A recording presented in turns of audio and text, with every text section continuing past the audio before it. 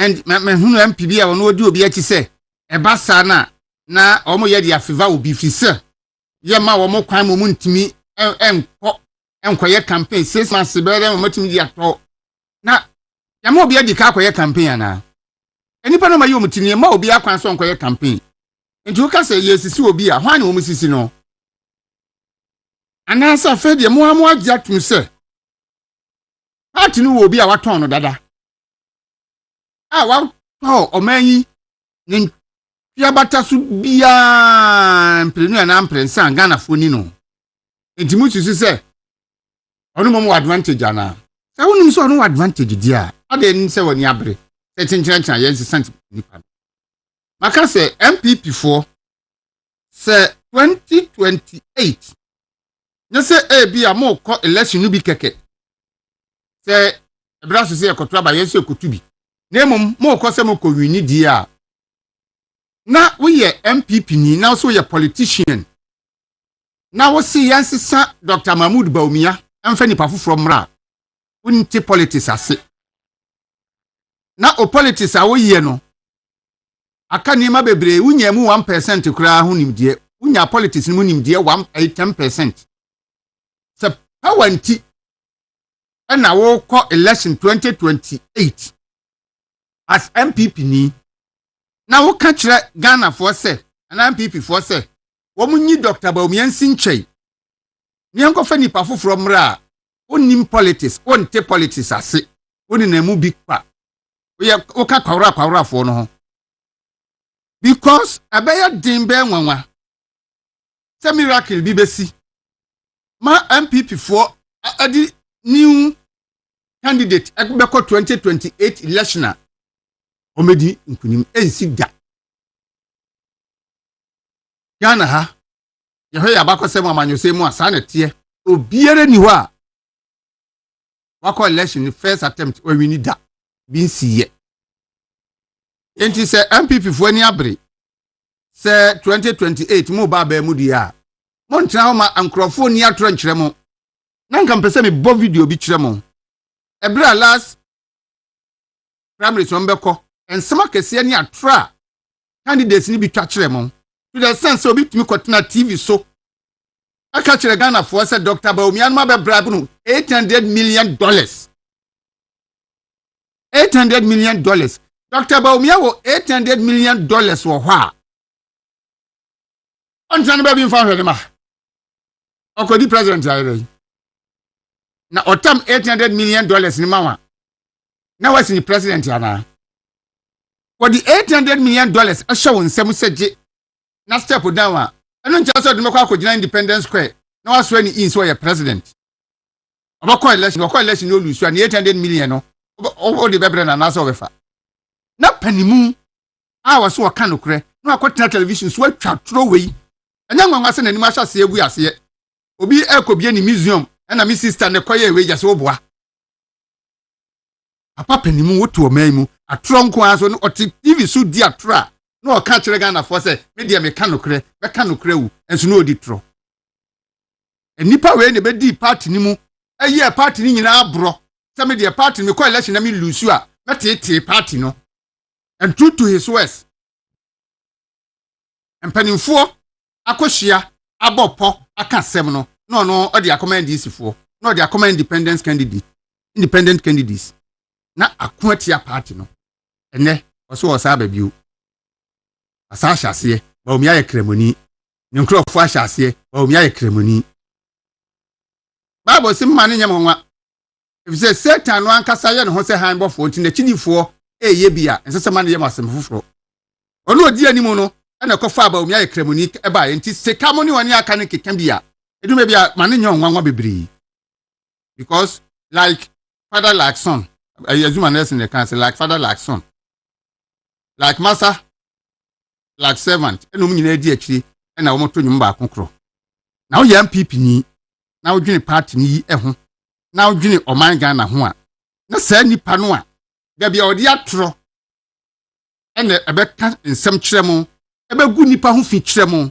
ebesɛ nipa kyerɛ mo no wo hwɛ ni yi enti ya transe prof K wa ha ko kanso e wa ha enche Peter ene Eduma ama mbaba be kan yensa na yahwe na yako yanim kakra prof akwaba yeah Daasebre central region is saying central region de boko na sisi na say adwendwen aka Ghana for ma ebi aka me Israel for ne Iran for ntokwa no esenke ebeje yeto obi na ntokwa ni ntini ya suspended to no nti sisi a mi hu se me mo mpaye na ntokwa ne ndi ne emeje meto se me mo mpaye na ntokwa ne so koso a eno so Ghana for ebewu ewiase economy nyina be se nti Daasebre sisi a de madi amia adwendwen pa na atome so mi hu se mpaibon me mona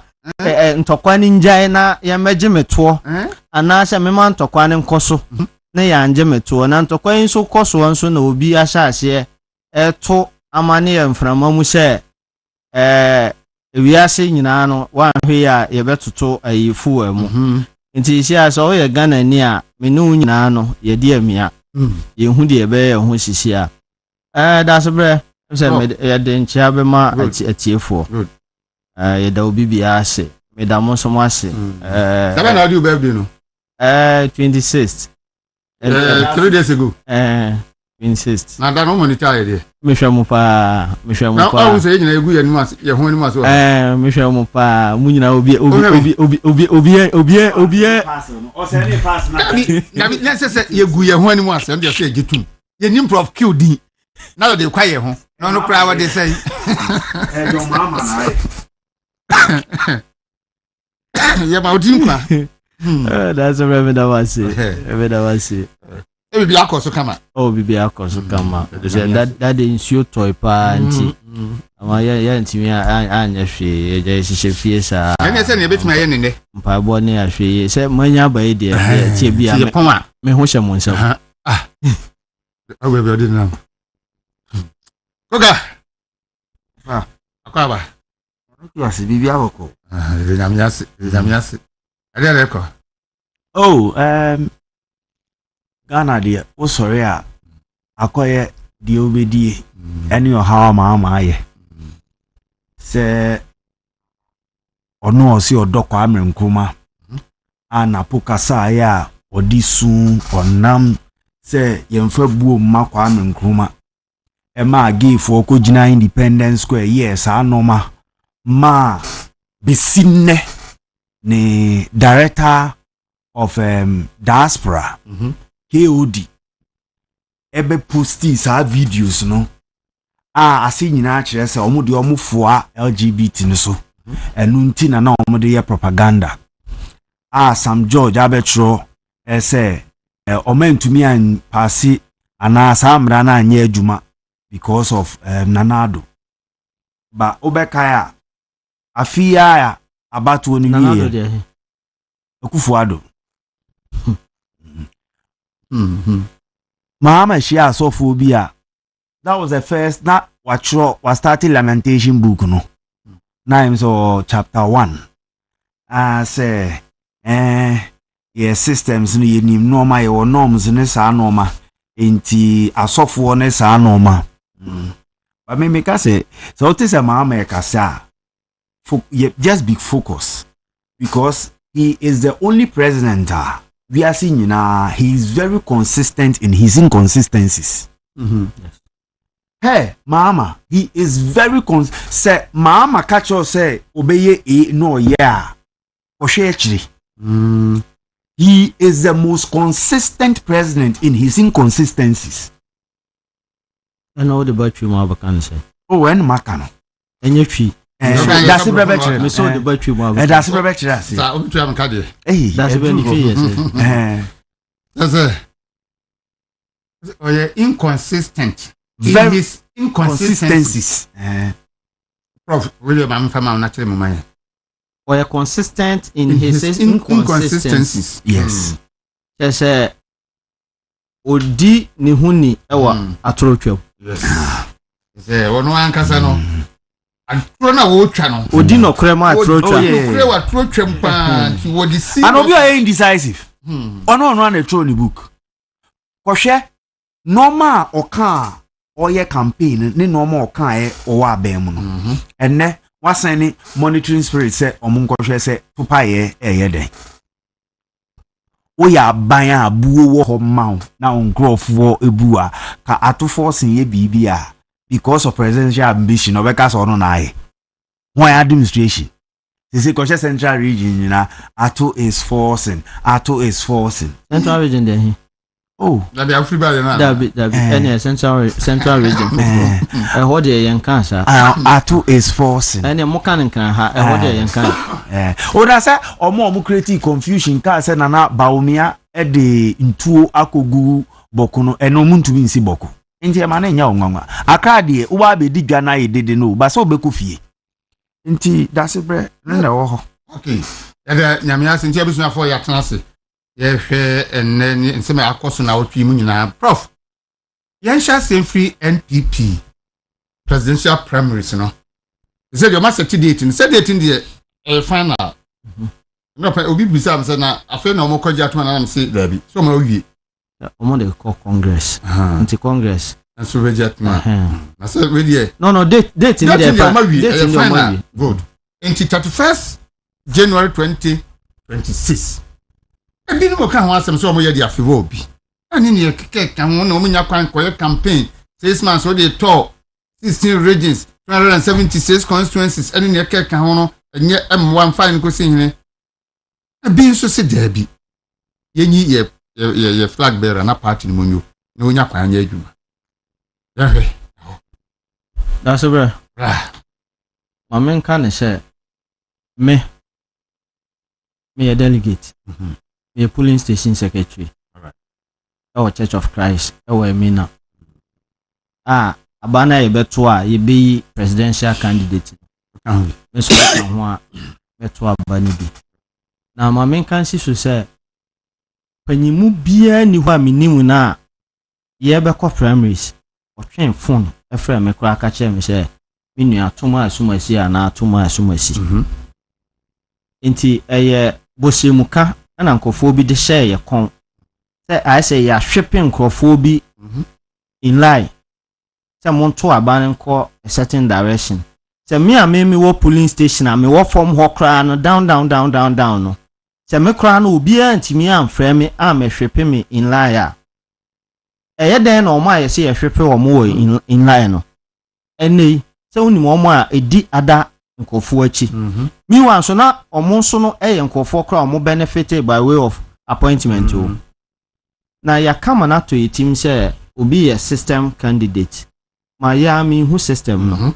Me se me ne omo e kasa na anka medwen ne sa system no na china bi me so ma ba be ye candidate no. Say system bi wo ho ampa etimi eyi candidate dia ene anka me medwen ne sa system no. Daasebre. Wo hwe elections ya ye ko yi. Enema esisi ya echese sebe party ye nyina ye. Na mpanyfo se ntokwa den ba na mpata den aba.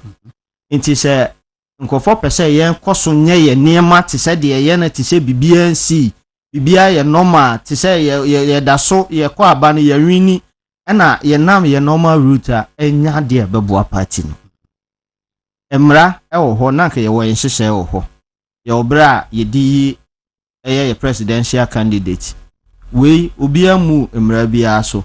Na empo no sanka nsakraye bia ba yesi nipa nti ne ye homeda. Enya homeda nti ne ye nipa. Very good. Emra no ene hyehyɛ na ewo ho no. Anka ye de boa se MPP nkanko. Na MPP kanko kese ewo mu ni se party ni mu badwo.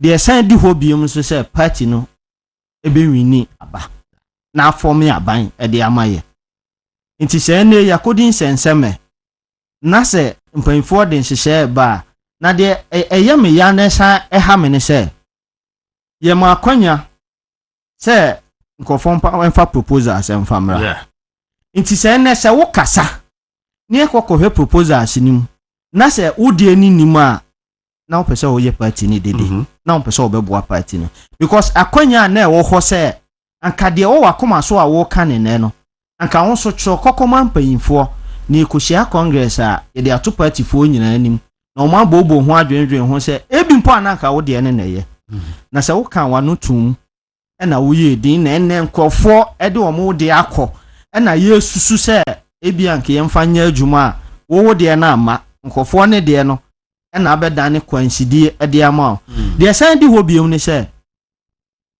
ɔmo a saa nsɛm ka yɛ na ɔmo keka no sɛ woka sɛ Bawumia yɛ kramoni nti ne elusu yɛ na ɛno so sɛ anka akwanya bi wɔ hɔ sɛ yɛbɛhwɛ sɛ makokwe committee no ɔmo report no ɛnyanya bi saa asɛm no ɛwɔ sɛ enim a ɛno so no na yɛmpɛ ɛne party no ɛndi ne yie yɛ party a no kure nyame anim nie ɛna wohwɛ nsɛm a ɛwɔ hɔ a ɛsɛ sɛ yɛka me no ka sɛ Daasebre ɛnɛ even South Sudan wokɔ hɔ a ɛm sɛ so teacher training college sɛ ɛwɔ hɔ no yɛfidi ɔmo 3 times ɛnɛ ɔman Ghana pɛ John Dramani Mahama sɛ teacher trainees yɛbɛfidi ɔmo once a day nsɛm a ɛwɔ hɔ a ɛsɛ sɛ yɛka na yɛhu sɛ ɔman amamuo no a yɛdigya a sɛbi ɔman panyi Mahama no ɛnkɔ yie no ɛnɛ yɛgyae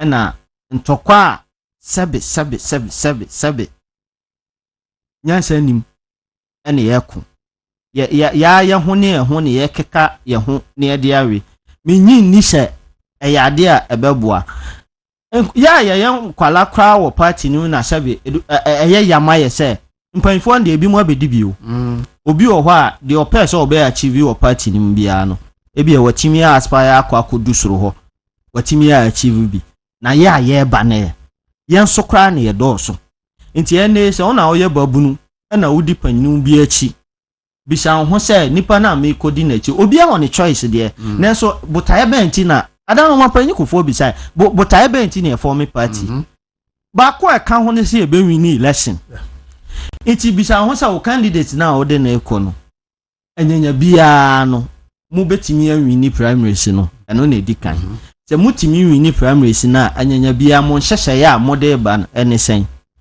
Dr. Muhammadu Bawumia yedi kan ton ne hyehyɛ de amagana fo ofa Dr. Muhammadu Bawumia de ni gyina hɔ a yɛwɔ nsɛm ankofo betimi aka de afa no Daasebre ma mentwe wɔ adwen emfa nko akyire Dr. Bawumia ekoye lecture bi wɔ Ahyase University am say Paul Adon che ko interview a school for na oho ni bi saa da no na me ye ma adwen sɛ me meta Dr. Bawumia chi mitie nsɛm ɔkɔka wɔ hɔ na wotie de nkwala no ɛka utimi sɛ papa no na adwen mu aiden abɔbe obi a wakwanya sɛ wobɛtae onipa a wopɛ sɛ wotae na chi nanso sɛ yɛsɛ yɛpɛ party ni nkan kɔde a sɛ nyankopɔn nyama ne ya wiase ɛnsɛ na yiri deɛ sɛ Dr. Bawumia bedi ne ATL no kra wie na wɔkɔ a akwanya wɔ hɔ sɛ obi foforo apɛ sɛ ɔba no obetimi aba na ɛbere yi mu a yɛwɔ sisi a yi deɛ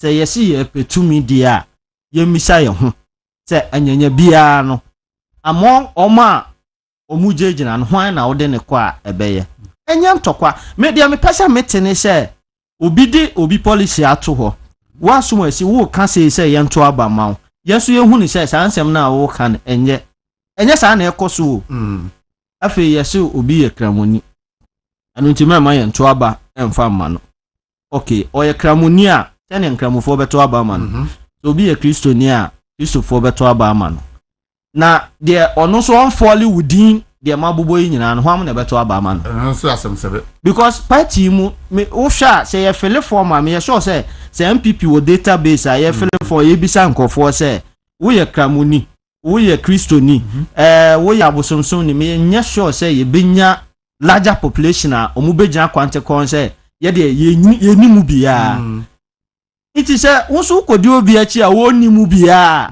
enya bia ne constituency wa enfa sɛ nkɔfoɔ create impression ɛma ne yɛ sɛ ɛnyɛ party ni mom na mom ɛyɛ a certain candidate bia na oyɛ weak na ne som bia wɔsom ɛnu nti ɛna ma yɛ lusu ya Daasebre bi sɛ wasam ba ko John Dramani Mahama o mampanyi oyɛ kristoni ta na ɔsɛ meboa ɛnɛ wɔnwini aba margin kɛseɛ a yɛsɛ ebi ma ada nti ne ho akɔ no ɛnyɛ saa sɛ deɛ nkɔfoɔ kan sɛ saa na ɛte a opa next month yenkoto aba monfa John Dramani Mahama nko PNC nko ye ni candidate na NDC enyi ni candidate na yenso yenyi ye candidate nyi yenhwe so be wini a enye saa netie eno ane say ye be hyehyɛ ye niema yi ewo efie a hye ye fie because party ni ye ho akono eno ni ade a ehu hia akese enti ye betoto e de asre party fo ni nyina hye babi a adu no sabe me ka ene de o manpanyin ka ene o manpanyin dada kofo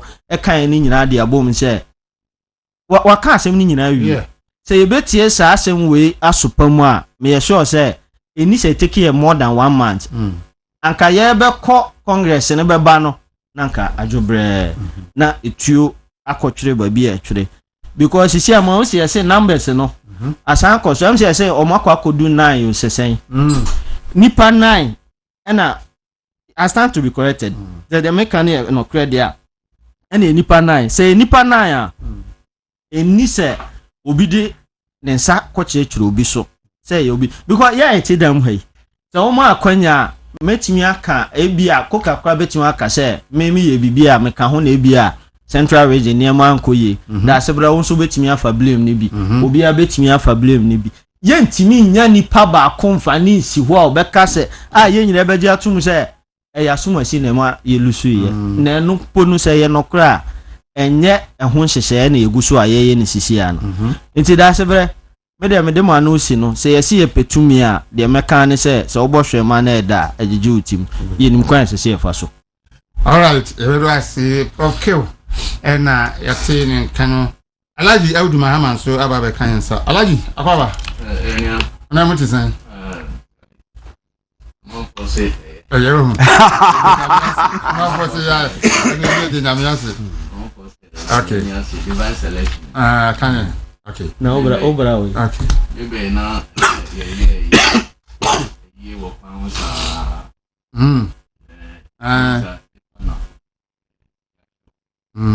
So na se o ka. Sa ko for na o ka. Se ya mi aye divine selection. Yeah. ye be koso abom pae ena de ye hwe no nyame Okay. o de be maye Nyamiase. eno ntina ye wo hei na Okay. ye fata Right. ena de ese Okay. Koga. Yes. Ya hwe ye early Congress and primaries. Sa. Ani nsema manfo kan fa ho bi si ye dia favor nipa ba kon ebe me nipa bi e ho akire wo mo fa nko sinyini e hwe no kakra nsa na laja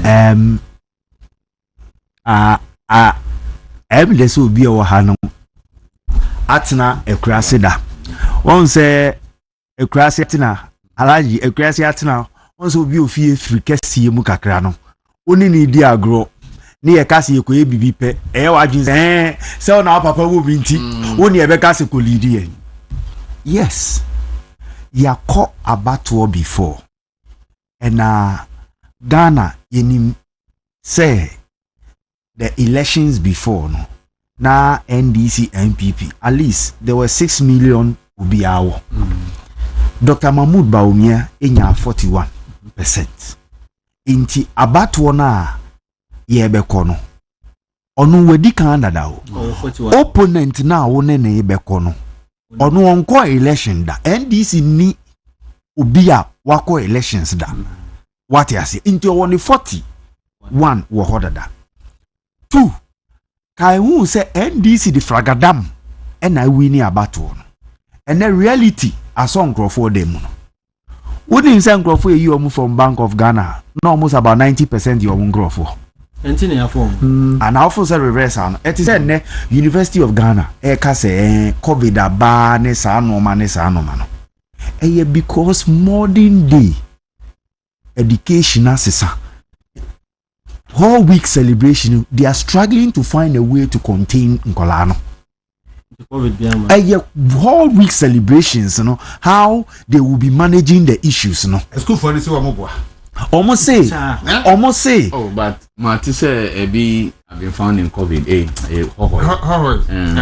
the nkola no University of Ghana there school now Alhaji nkola ne say one say nkola na but almost say per evidence ɛna yɛma ɔmo nyɛ test run yɛnkyerɛ baabi a wobɛtumi akɔyɛ test yɛnkyerɛ baabi a yɛyɛ holding area wahu ohun saa noma no nyinaa ɛna adɛn na school no a declare na Ministry of Health ɛmbɛka ahwe minister ni ha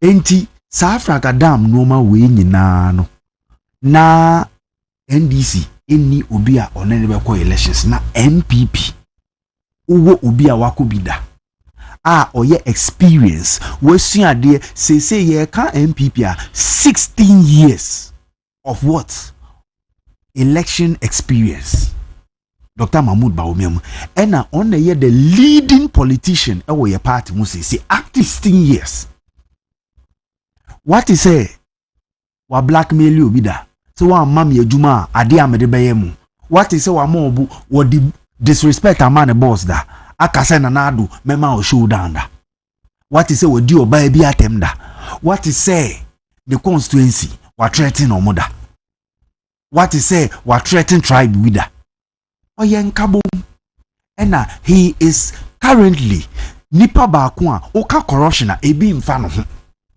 what is oni obi akoka say koji adwuma no me company din we gi fa koji adwuma no na e ba me mfa ma what is say ne hu nipa bi enwo akire na wage ne fie so oton a wama ne half payment afi o chinchim ne nsada somewhere free him what is ha normal we da what is say on any workers ye adwuma ama obi aka baabi eme ama ye friend saying bank account ye mfa sika nkogum ay koduru baabi a ye hu bank account no bio Dr. Mahmoud Bawumia clean Dr. Mahmoud Bawumia fertilizer sem ye mfa nchichire ni da cocoa board contracts ye mfa nchichire ni da stationary contract ye mfa nchichire because odin huni ye be ba na ye hwe date ya omdi ashi okay no enu me enka ho asem ye nka nipan because ye neck omne take decision ya hwehwe no ye de ese ya ne se ye di so ne ye di buo me hu no baby ya ye call ye na nkofo ni nyina wo dan baako de feel say na de oye no neck ye no a emmoa no obie na no etumi kan say ade we amoye no enye ade we amoye no emmoa constitution ni sisi e na mo yesi ye nya obi oye sa anya na treasure so kan no oba abonten no momo o se wo kan ne dan mu but ye wo dem ho no so wo dem ho na ante obi movie emotion no a second day na bi o mo ante na kasa o kasa ye but ya mfanya adwuma e wo ho because dodo na see na ebeko democracy is baba majority kasa because kojo opon komo aka say ono wo dem ho wanti se nipa ba kokra no it was talking about the voting okay o kasa wie ye no kasa wie disagreement to ye be say ye nto aba no ye din one peja ne san say media eno asem ne kanka abonten na osan ba be kasa bi mu a na o ka mo na kosise eno de en kosihe men ha wo ho say a party na take a decision that enti ena sese no se party no ye yi flag bearer na omo a omotutu omani awi a edi atemegu party ni efiri wonu ntumi nye sa de ni bi mu because na structures ni nyina asi na roof no abesi so na afi ye koye nim Erwasi kuka na ya tire nkan Agyei uduma ama ewa ha managing editor custodian newspaper so e de be fam na obi kan se mo se opese obi sase MPC amo akopre presidential bid no bi no na am corporate flag bearership no why na ofri no constitution ya tibi da say obi free no constitution ya the seat no free party constituency the constituency ya the seat no a free party ni sir what's the question obi say no what's obi a free when you makọ dada ni nyina so ofi kunadu apreku mo na kufu adomo jogati mo obi a corporate flag bearership na o make sure say the seat no ye oba be direct okay afina matiase na da no bi de na no ono oja akoye nsanka bi the question on the osu Ideological you hear date ne e ho sem aba ame benchia shefo ne ifu ase party take a decision na one why because MPP no more organs any institutions are constitution no I clearly state is a on say MPP the highest decision making body of the party near Congress and conference. The second highest decision making body here National Council. The National Council no na court na say and decide to take his decision way. The National Council no membership no it cuts across all the organs are ever party no more. There were former presidents. There were former vice presidents. There were former national chairmen. There were former general secretaries. There were national officers. There were regional chairmen. There were council of elders or more representatives. Or they were weighing now representing national council. And to more take decisions last night Bisa say how do they arrive? Say we na party for omope omoko take decision because it's just the number no it's not the totality of the party but how come say more be take decision among the whole party. The reason is this: who call parliamentary caucus more representatives are more national council and MPs and also all the branches and our friends and our party no more and your branches say branches here me call ya no more party no war share no representing all every sector every group nto mo be take a decision wo free group no say wo parliamentary caucus wo councillor you have a position the whole parliamentary caucus the amount. If you are from national chairman they represent the region, they have a position that they more nto mo na they represent the whole party. Just a party system na running by representation. And yes, anka 200 and yet constitution say only 276 Omonko representing the whole country in parliament because Obi Oye MPB and representing the whole constituency and in Nipano the Omo panel or committee na eno na oko champion. Actually say Omoko gather as members of National Council no, they took the feeling on the ground, the party look for feeling no eno na omo take a decision. Based on the fact they said we are also coming from we are losing election and set up committee Okwe committee to say some of these decisions they taken is from the decisions are from Okwe committee and the idea is Aniaman. Some expansion of electoral college some of the decisions are from Okwe committee. Committee report no. Amount for more kaka near at least some people have seen it. And then Omo here so no. I think majority no Omosaka. So it's a decision taken by the party based on representation in one national council. And to our Montina say, oh, criticize here, you are only blowing hot air. And the decision you are taking that. Say 31st January 2026, party no koye elected on flag bearer. So I will say, Martin say, oh, way is down to favor another person because he pentem so that he benji ni pano. And I'm say, yeah, my time. No, so more campaign. Me say, if by this time, one person representing a party like MPP, now say when you're ready, Ghana for Nimo. Ghana for Nimo say, oh yeah, nipa say, now say open more time within even your own party. To convince your party people say be representing party no. Even within your own party. Say you more time, you need by this time. Now say you more time to convince your own people to represent the party. How are you going to convince the whole country say yeah you are to elect you as president? And so be at this stage, you know. It's all name say party for no nimo. And you have opportunity to say obey the party no. So there is no time. So Becca say Emma. Now when you're ready. If you are not ready now, you will never be ready. This party is not a Yati, the previous primaries, almost say Dr. Bamia a system candidate. And not be whipped into line. Say Omonto to Abamano. What is Nansaya spokesperson of some of the aspirants? Omokaka. Say some of them. No, Omo claim say no Moka. Mo claim say o mo kan na me say some of those people system na ye dan old me name Ebia say Jubilee House say your president na president ono de open no he whips people say wo ye DC atuma ba omi achinchina wo ye minister atuma ba omi achinchina wo ye si atuma ba omi achinchina na me say say na nya no cry because ya who minister so cry omo publicly na omo di ebi di Alan o adwane afiri MPP echi ono abe obina no ya Alan no ya minister president Akufo-Addo anka chianchere wan ka say jewe juma because we support slide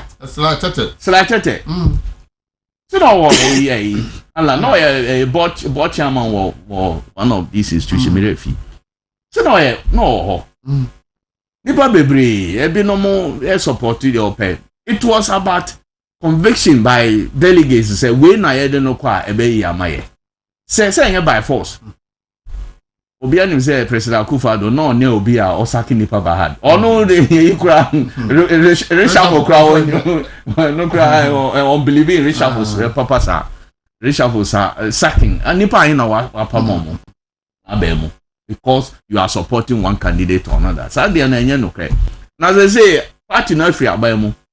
Now system no one hebio. Which system na say omo wepi nipa say omo go support obi. This idea no there me the entire amount for believe say e be a candidate now akọ or since 2008. He's gone to every constituency what that country way.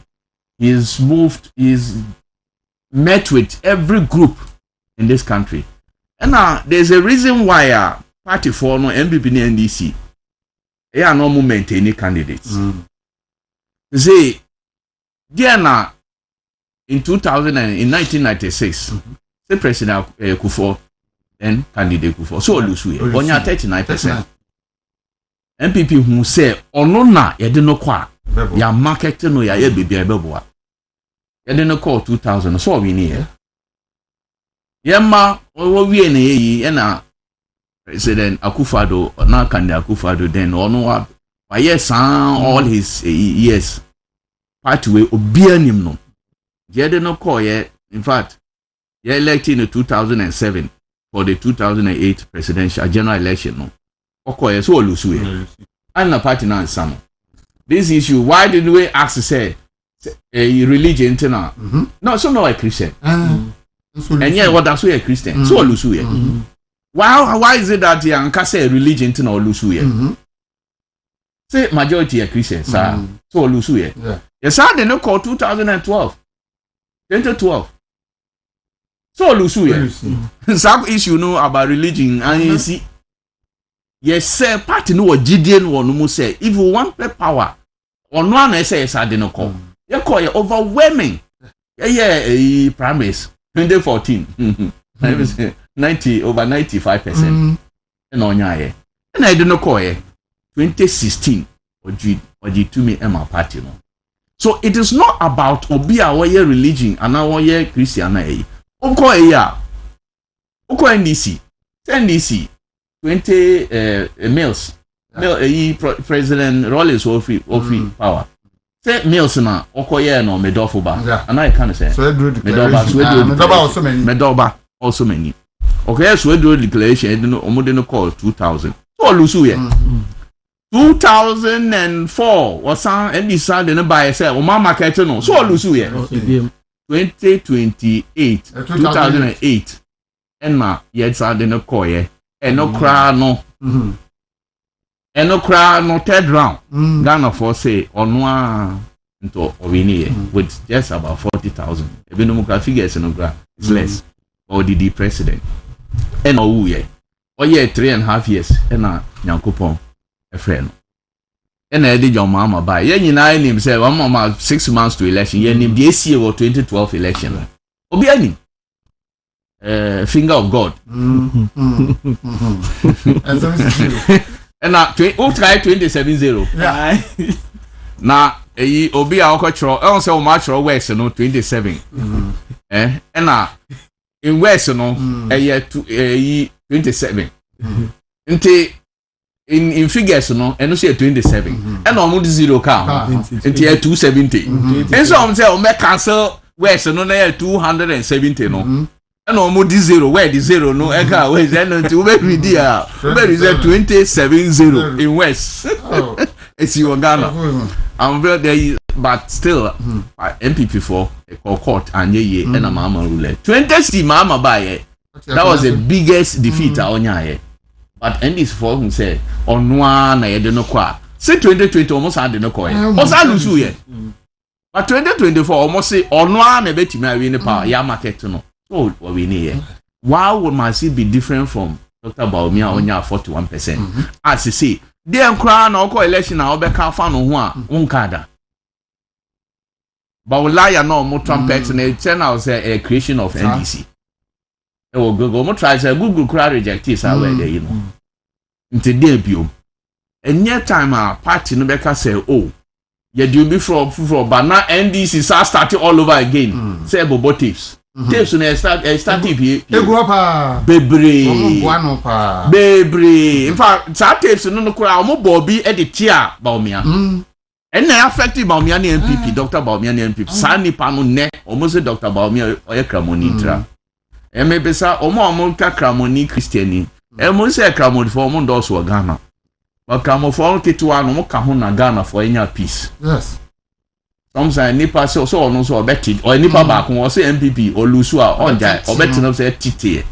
Say sa small figure na e wo Ghana Kramoni for no mo so obeti Ghana for a ye benya peace wa ha. It's not about religion, it's about unity now. Obi a competence obeti ma yedwuma no ama Ghana for na ehwehwe. Now omam ya me bisa omo kasa nyina te say mama dan for sticker no money na omo kasa no say omo so omo to kwan sticker dey to for sure. Yeah, that's good. It's a man of, probably radio so yeah no it takes a man of I respect him. He has done very well.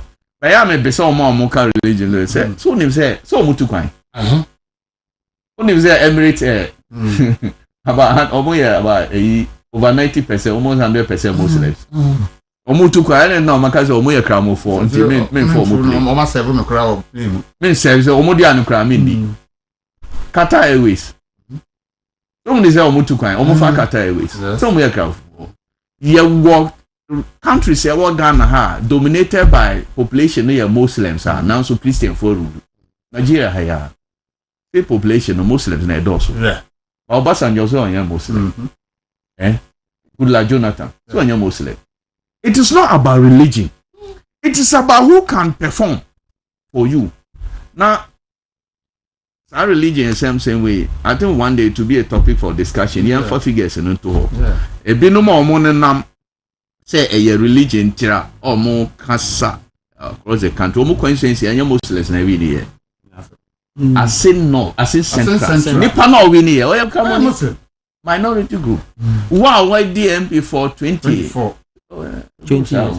20 years, not 24 years. From 2000. Oh, okay. 24 years. Now we be free power. We be free no so no. Kamoni abajo akunya NDC.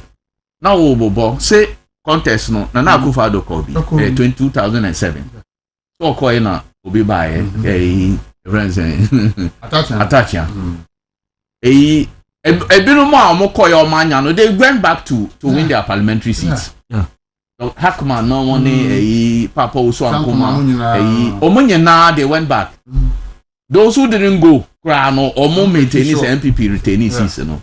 Then na who trumpet we say seat pa seat kwa want me retaining much. To the extent say ma say na party for Metiti or no, it was effected in 2024. I'll be our independent candidate. One friend I got and say, who you will party now also done now person leader no. It's our party no for Omoba. Omo discard bantu show who ye. Come person omo ye nema ubelusu. The pan be kan up to now. I've not heard any denial.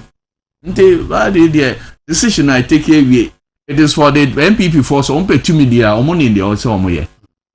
The Omo person we just want a contest. Mind you say NDC 2028. Almost the candidate for number. So it is in the interest of NDC for say MPP Benya new candidate. So that I go pepe. But what they don't like is for MPP to present a candidate that is already known. Nti NDC for contest in the economy, me catch Dr. Baumia campaign leaders. But Dr. Baumia, he's facing two opposition from within and from without. NDC for will do everything possible to make sure say Dr. Baumia. No. That's who I win him.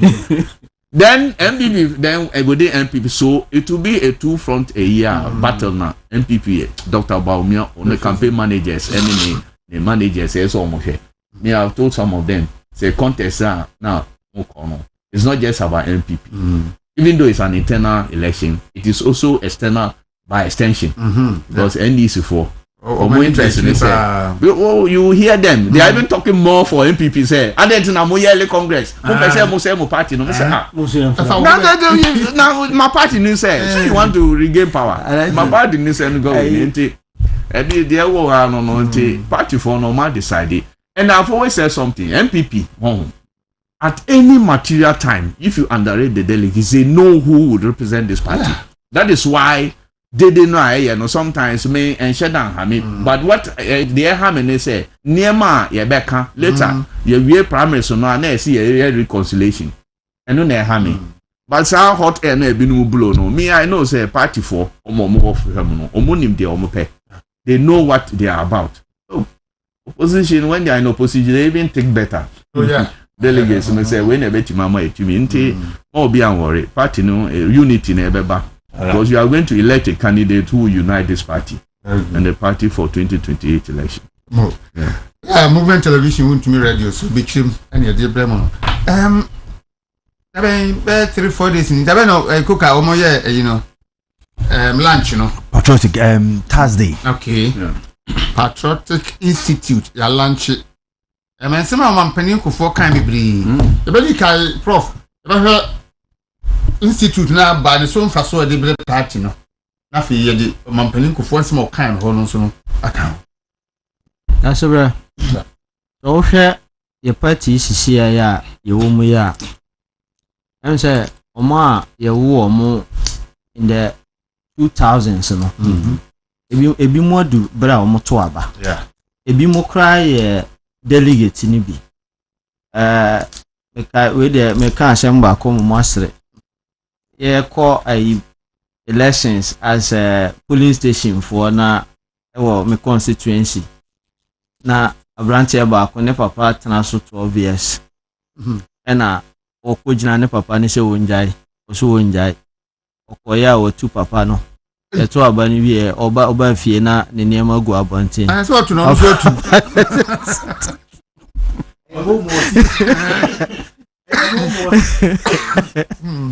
Daasebre ye nuanum kumani mu bi abedwan ne party na I'm say one omonte ye traditions are even ebe form a party no ebi monte ase ebi mu nim what we stand for nti enu nyina aka ho na ema mpanyifo bi no mo take advantage of nkwara bi no na ade we ewo history o obehwa so betimi adi nipa bi so anase nipa kuo bi wo ho na obetimi enya omoso mfaso bebra esese nhyehyeye a ewo kuo ni mu no nipa ni nyina adwen kɔ benkro na omu se nhyehyeye a ewo ho nie saade we nam so ma Dr. Kwame Nkrumah kote Ideological Institute so obekaya na opese ne nhyehyede a wode ba no nipa ni nyina ono ombebu man no se wawie den school kura na yemfa wonfa ho takra na yen tuni wadwen no emra na ade opese o ye ne so ne bi no eno ho aba bi hia se esese ye party yenya saa institute ni bia abrano bia no ye Bɛkyerɛ what MPP stands for, what is required of us, ye duties a yen so esese ye because ebi mu kwa ye o madwen se ye te a ye kase me minim kofo a me matwenu o mode o maba into communication o ye be 1 month no wajai ubisa na o se na mo ade san na tie san o kwa afi nim ye te a ye kase ko ebi mu kwa nim se ye ba se be pudio bi wo ho a ye ya na ya sane ne de amaye enye sa na party ni hyehyɛ de ACT o hwɛ kwan a ye fa so mpanfo bi bra bebre o hwɛ o fa boache agya ako ye de ne tare wo ho bo ni tuo e de ne kɔhyɛ mog obi domfo bi adawroma papa ne ntam kese ene ode tia se all because of this tradition all because of your MPP nsensem ya hunti nkofo bebre adi nsensem ewo ho nti brano esese yetimi nya ekuo bi wo party ni mu a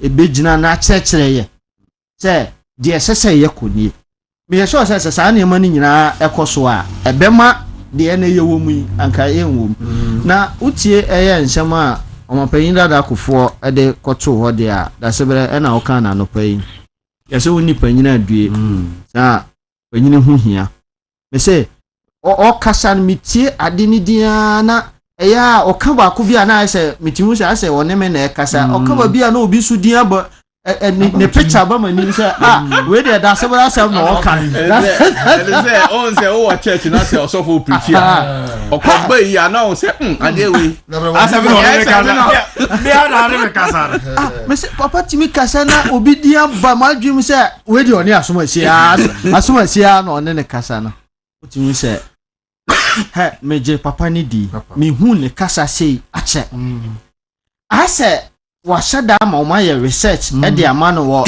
eniema a ekoso wo party ni mu no e na ono atro ni solutions to it wo se edu ba bi no na eseso ode ne kasa ni kura si ba na ade no esi ni so sa akom no wa hwa na nsen ase papa ye mere kakra ba wo hwa ahoden a wo de to ho that day na wo de kasa na Prof Q da na me hu papa o kasa no me say obo we ade pania bi na ya wo no on the bia on the kasa no I have never seen that in many years so I just said that no o me akoye e wo UPS o kasa ye but this one kra na e sonko na song just utie sa me say mitimi nyim free ho na miti ade ni di free ho ma bo hwa hu se ye ni Bible foforo bia wo ba bia esese MPP fo kokokan ansa na yetimi aye ye niema esese ye wo de wuni nhwe kra no kona kobo na ti memo obi anya asobrache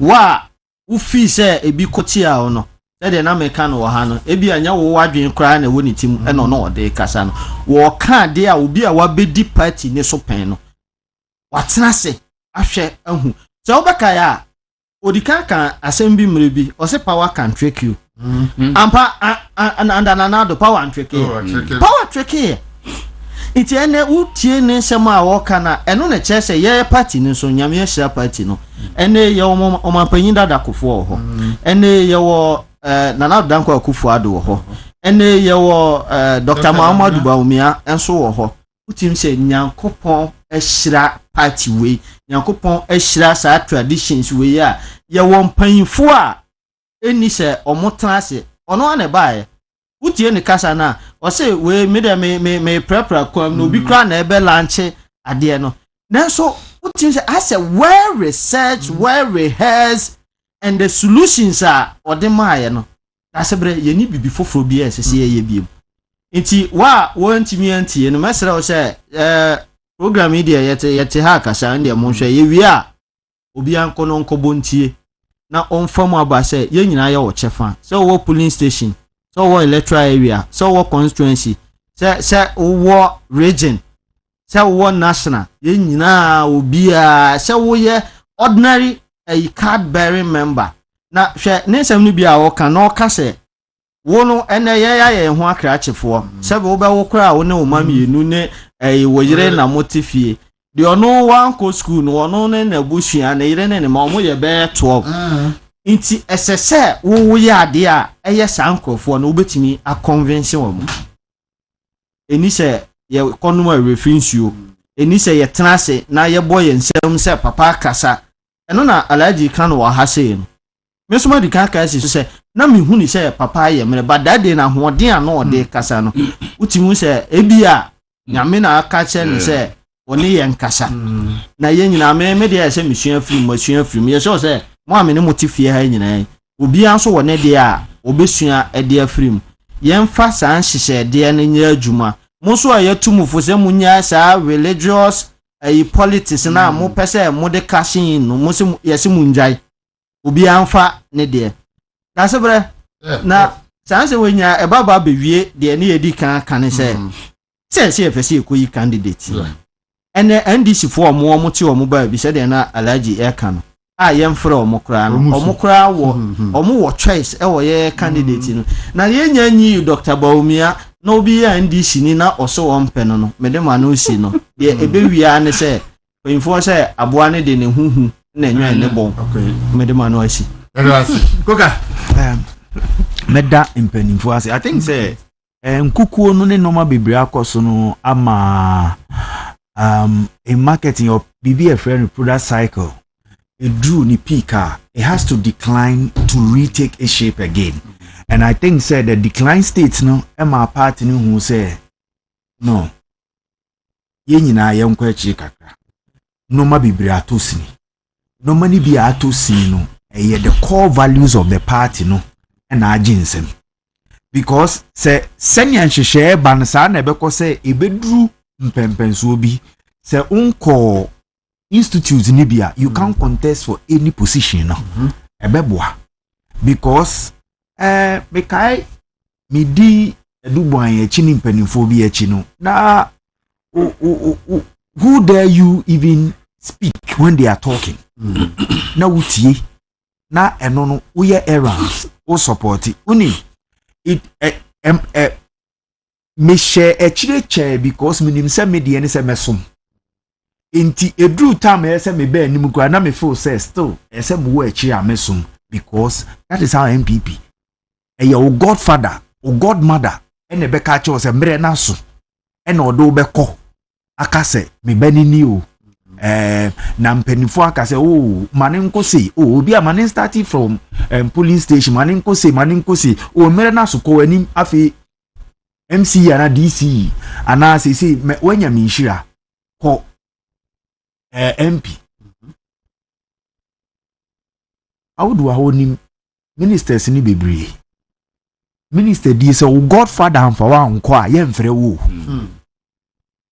say oh godfather uni godfather na wudi grab be piemu na ye table no so na wudi am be piemu na wudi betu ba se ba godfather nke bia ana godmother nke bia emma enunti na ubehwe a kohwe nkofo a enya appointment bibiri no they serve the party in the institute na aba no uye mebunu a make time say there I interest in say omo abroche ni more wants to know how the online be call mo be join you into wo Ghana wo ye den me institute na ban utie president Kufuor ni kasa ne ba timing gozo be hwa na nkofo kasa se mun nkofre na ena ekoye se ni akwa no manage ni yi ebe te se upese odi ni nti umfa buo emma na nado upese se but invitation ni ba ye no sada so na nado ni ho ena panyini a na owo ho no ogina musu no o kire ni panyini ye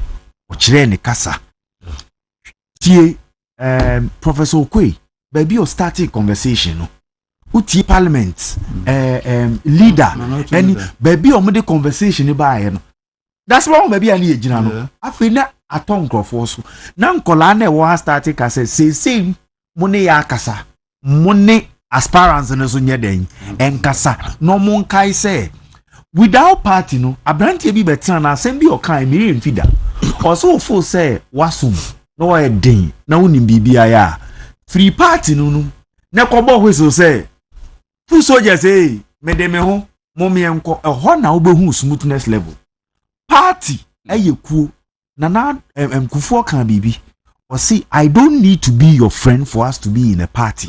Yes.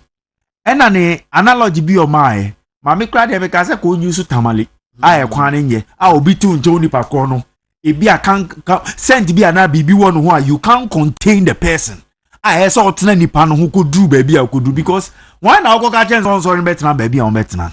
Let's learn to appreciate and accommodate. Ena democracy the majority. Yeah.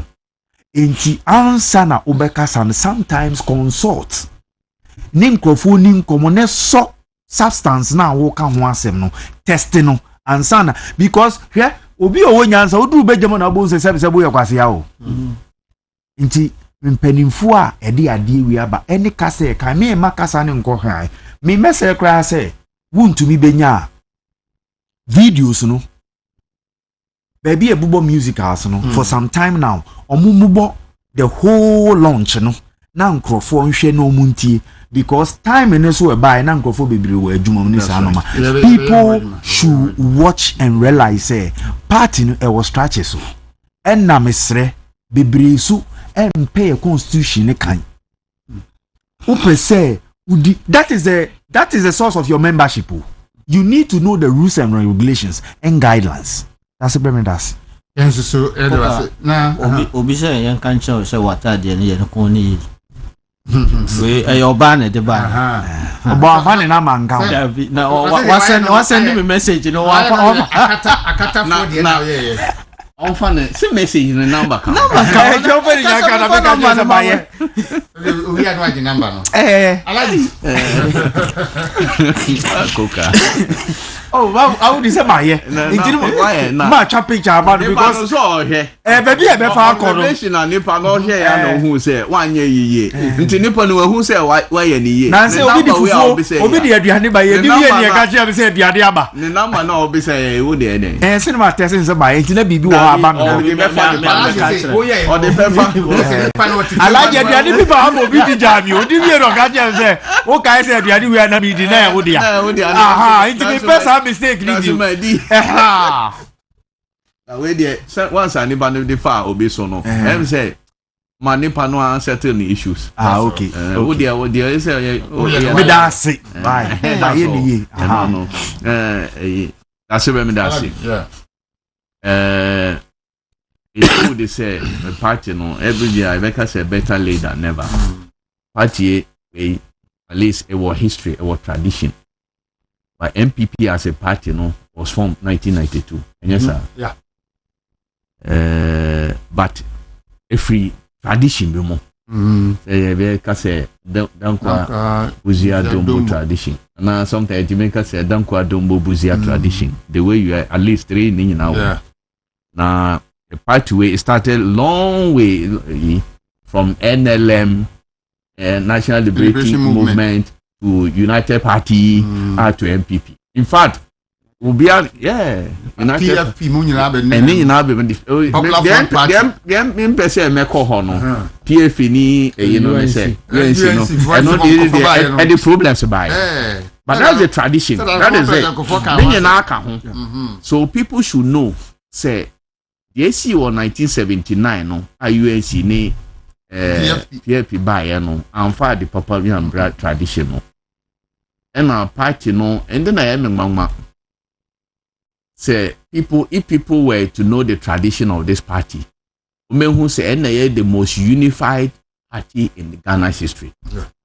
Look, UP no I make me boy no one party is na Northern People's Party MPP the same MPP Dino by me name there by originally the meeting is a party where for me MPP no it was open to National Patriotic Party but national chairman on the day of having the party no DJ Darocha boy new Patriotic Party. Was it a mistake or intentional? That is what we are yet to know. Because the agent said now it's supposed to be National Patriotic Party. But the all call ye BJ Darocha, Venerable BJ Darocha, was a new Patriotic Party. And I do woman there. The party no our history. Our party no various people from Volta region, Northern Ghana, ga Shimope, I didn't know say me ya political science so na so ne bo ga Shimope. Now party be wo and no basically in Greater Accra Gans. Ni na there was a political parties based on ethnicity ni baby or free. But one good thing is your constitution various constitution outlawed political party based on religion ni ethnicity. And the way UP those parties came together for United Party no. And now Ghana for this part of MPP's history. Say Ghana for say MPP is a party esanka obia a unified party. And say the amount for say everybody we can for party. The tradition of this party doesn't show that.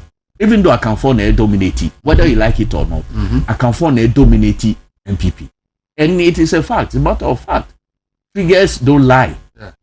The electoral figures, they don't lie, say Akanfo na dominate. But it doesn't mean that others' contribution. Here. So when we are saying, say, it's part of MPP's history, when you na institute ne Bɛkyerɛ, political ideology of this party, the Bɛkyerɛ they kind of saying voluntarism, many opinion come now Japan or Kano, how the party people mobilize even from 1982 or more contribution, how this party has come to where it is. Unfortunately, many of those people are still alive. And they will be resource person at this institute.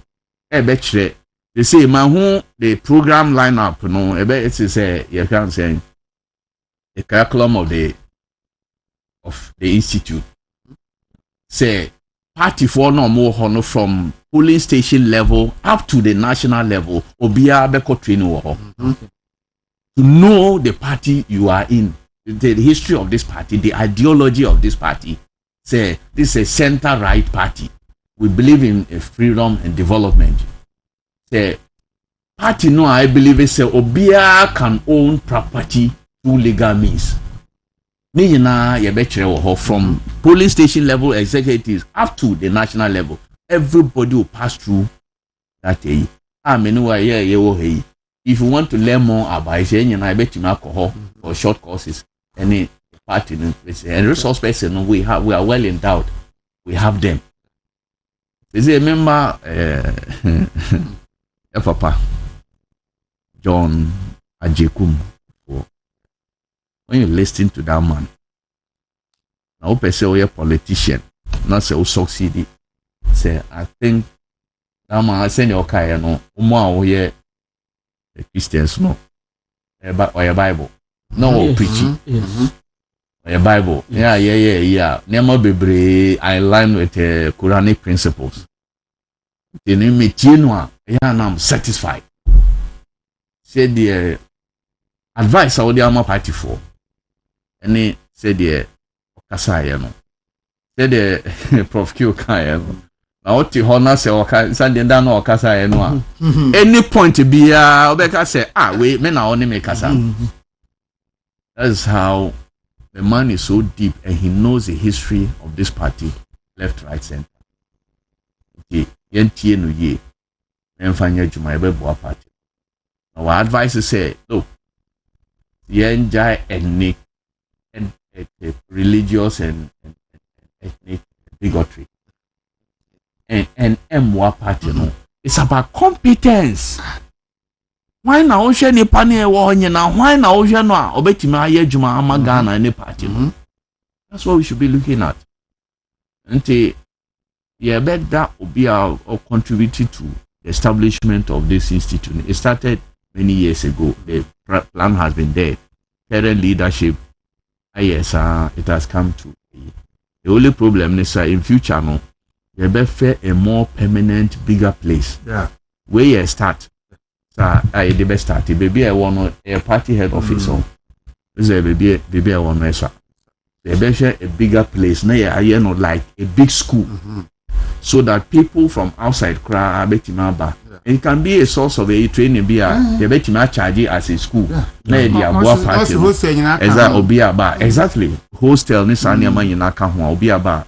No about the tradition way. On him say this is a traditional. Many ethnic groups, religious bodies, any Obiama, they've come together. And there's a reason.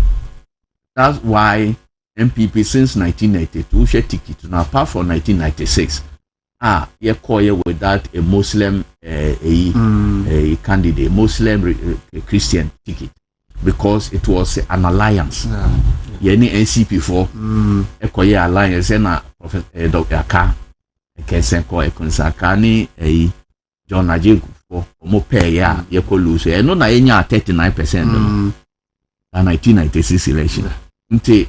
When you now Bɛkyerɛ will say MPP is the most unified unified the country. Until when you know a history, I say Bɛkyerɛ was institute. It is a good thing. Until Bɛkyerɛ say Me, I'll always once I work any in time can I war me chrome lambus your grand cameko. I do not know everything about this tradition. Me kwa mention biaka home.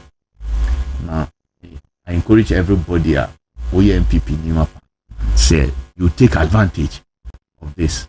And I've heard people even say they will volunteer to be resource person or lecturers in this institution. And I encourage everybody, as I said, the opportunity to know this party well, the ideology of this party, how far we have come, how people have contributed to the success of this party, and not just one individual. Obi sorry and I say many say we say free party we na say who's level. It is a collective. Now be a contributor. Obi why on niska but the ideas and the shape party now. The nearma obey no and the shape party. Sometimes ideas was can I say only ideas are we can be a best anthem. And now there are three things in this life. I know obi can ya me the juma. We are nipa na say what three things in life. You have value. What value? So be better use as a resource person. And now better impact knowledge in something. And now be who say we no here. It will be say I do be juma. You have relationship. Obi wa our relationship. Obi say oh nipa way or any papa say. Obi my friend will say Bonnie or what ahuchire mu and say he say Charlie say na me. Na nipa no who say obetumi abo that's relationship. I onu hu you feel that and now be our papa ma no never be ungrateful to that person. And then character. What character obi anim say we there untimi fa idea amfa no so. If you believe say the integrity cannot be touched. Character no was A and A was B and B A. We are these three things are if we are say you will never be poor. People may see you to be poor, but within you'll be satisfied because the value now will be able who say who value until you be here. A character say I why the intimate fashion can or character then relationship will be dear more be so be dear more kai. And now who are down for be never betray that friend. Who are relationship be never betray that relationship. If you are such a person, what we are say, no matter what. You will be successful. Successful. You say party Madawson. Yes. We are your party no action. So to say and son a free maybe corner son I bring up can say amount medibino. Yes. That is what for successful. That's right. You abasi apre be pe mu akono. Jabende. Yes. And no make even from outside, from starting almost say even the current executives you go through that institute.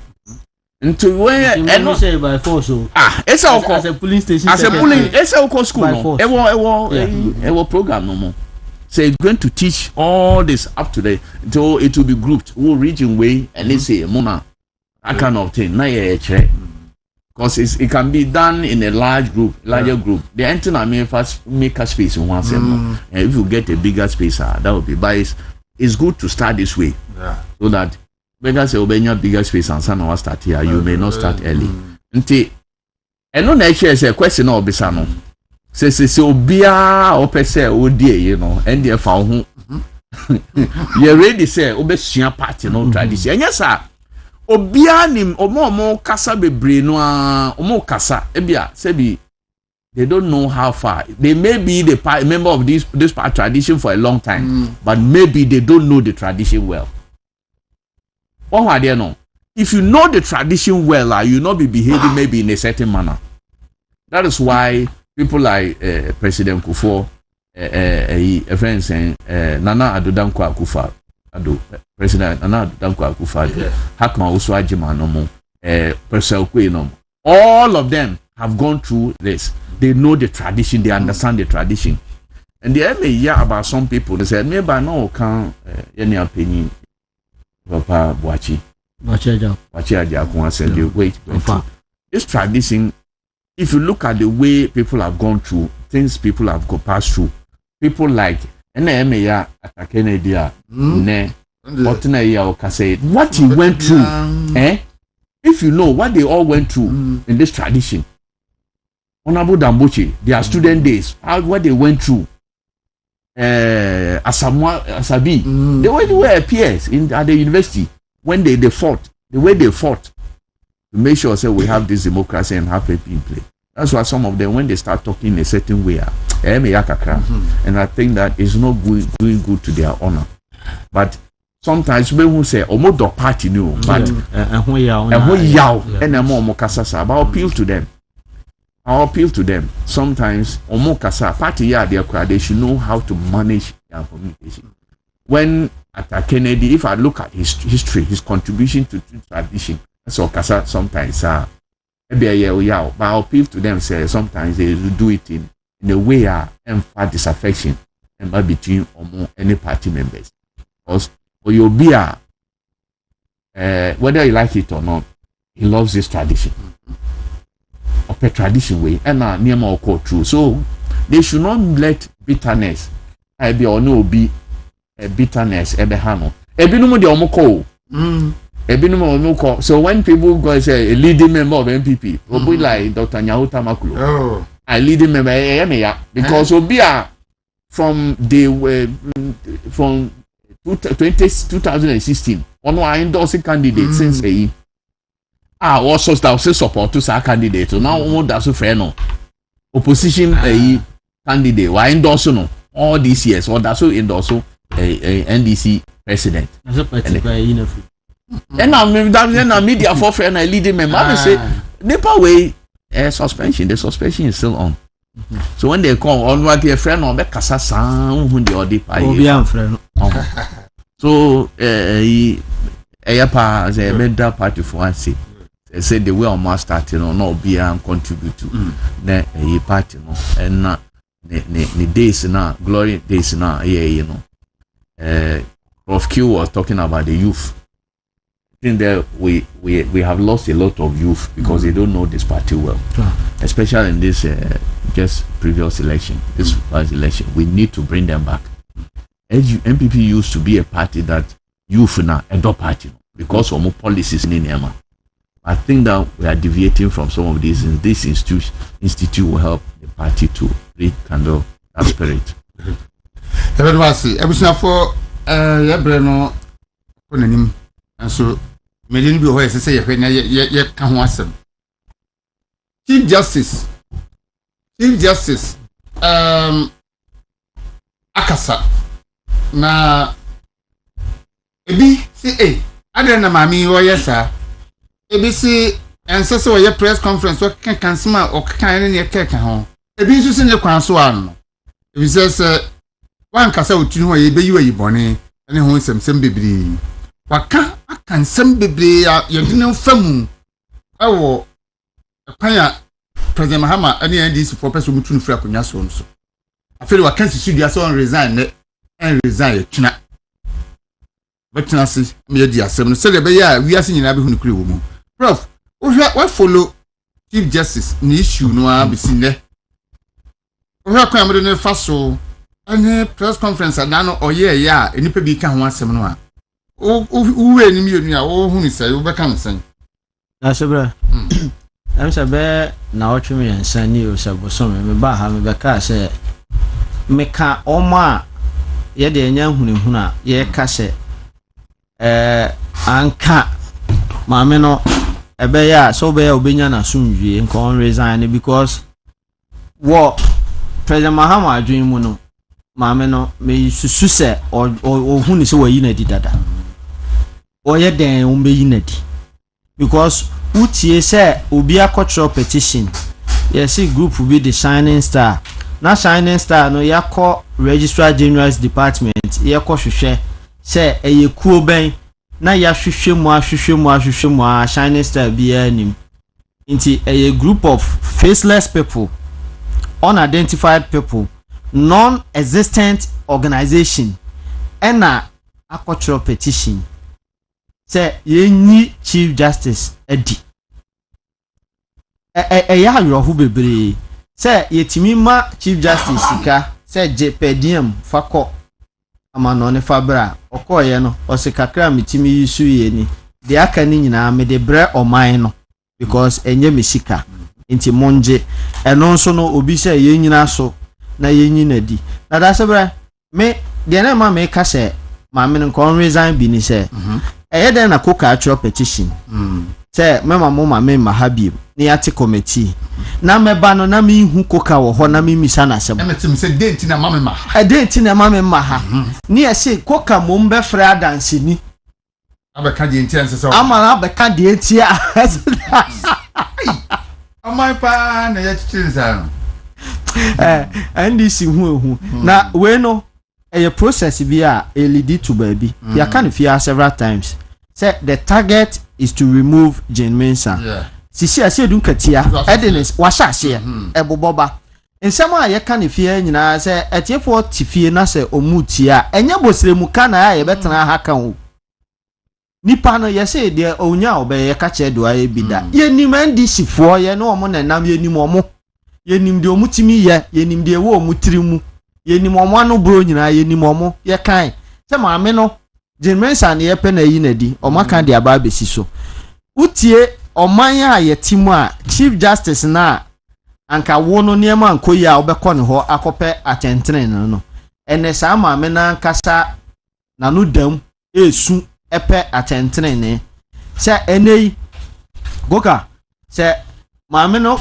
ne lawyers enim de ye gina so establish sa premier fashion case no against them into the guessing even the choice of lawyer maame ne se so offer no uhu basis for a premier fashion case na and na obehu the kind of lawyer kra nke se so we den uchusu na o ma ni koko defend o ye kwa ye do akwa shedan motobi mu e wo castle ho na ya search maame no te se sebe obi a owo akode ehye ne ho a wode kọ baabi edu baabi kra yetimi ka se ye ma oba eni wachi nko bi ye ma ukuru ni wachi nko bi fa o phone bra fa o laptop bra enso ubehu na petitioners ne lawyers ekuta omo phones ekuta omo laptops na omo de akọ edam ho the die is cast maame no oye den omo beyi no na de oye ye no omo wiase nyina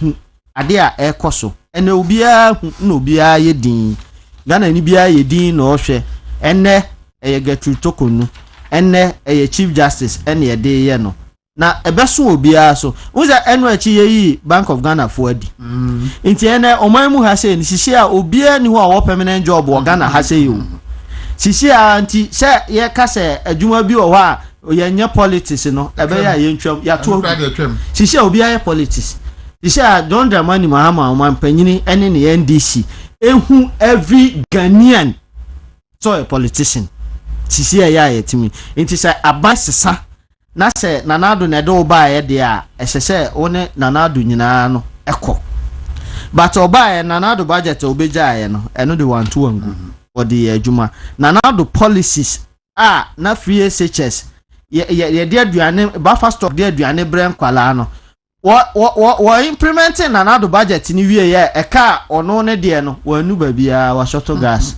ene osan koye nanado de ni bi enti de maame ni komu no Daasebre eya hawo se o se wa ma meyi na no na oka so resign a na dwuma a wa ye nyina ni entitlement se ne nsaka no enya de ani sabeka this is not an issue of say ankonko pani ba bi mpe na sumdue o me Abraham betna aka se ankon resign na minim se enokora wo minim se o wa resign a se okọ na entitlement de bia ne sabeka but once ayati committee no so wankọ no wanko defend ne ho a ne nsanka but the o ma yante ne se so defend ne ho so na se stay omuhu ne se ebotia na eno so se ne nsanka eno na minim no se sa ne wo mu dia me trase nka menya lawyer Maswell Poku Agyman anke ne na twetwen komo se nya no dia ebebisa no nyina na kwa chechi ma kyereye se sa na wo mu dia ne na maame na ne nsa enka na ne wo mu kyerye se eye trimupo ade na wono ana wa request se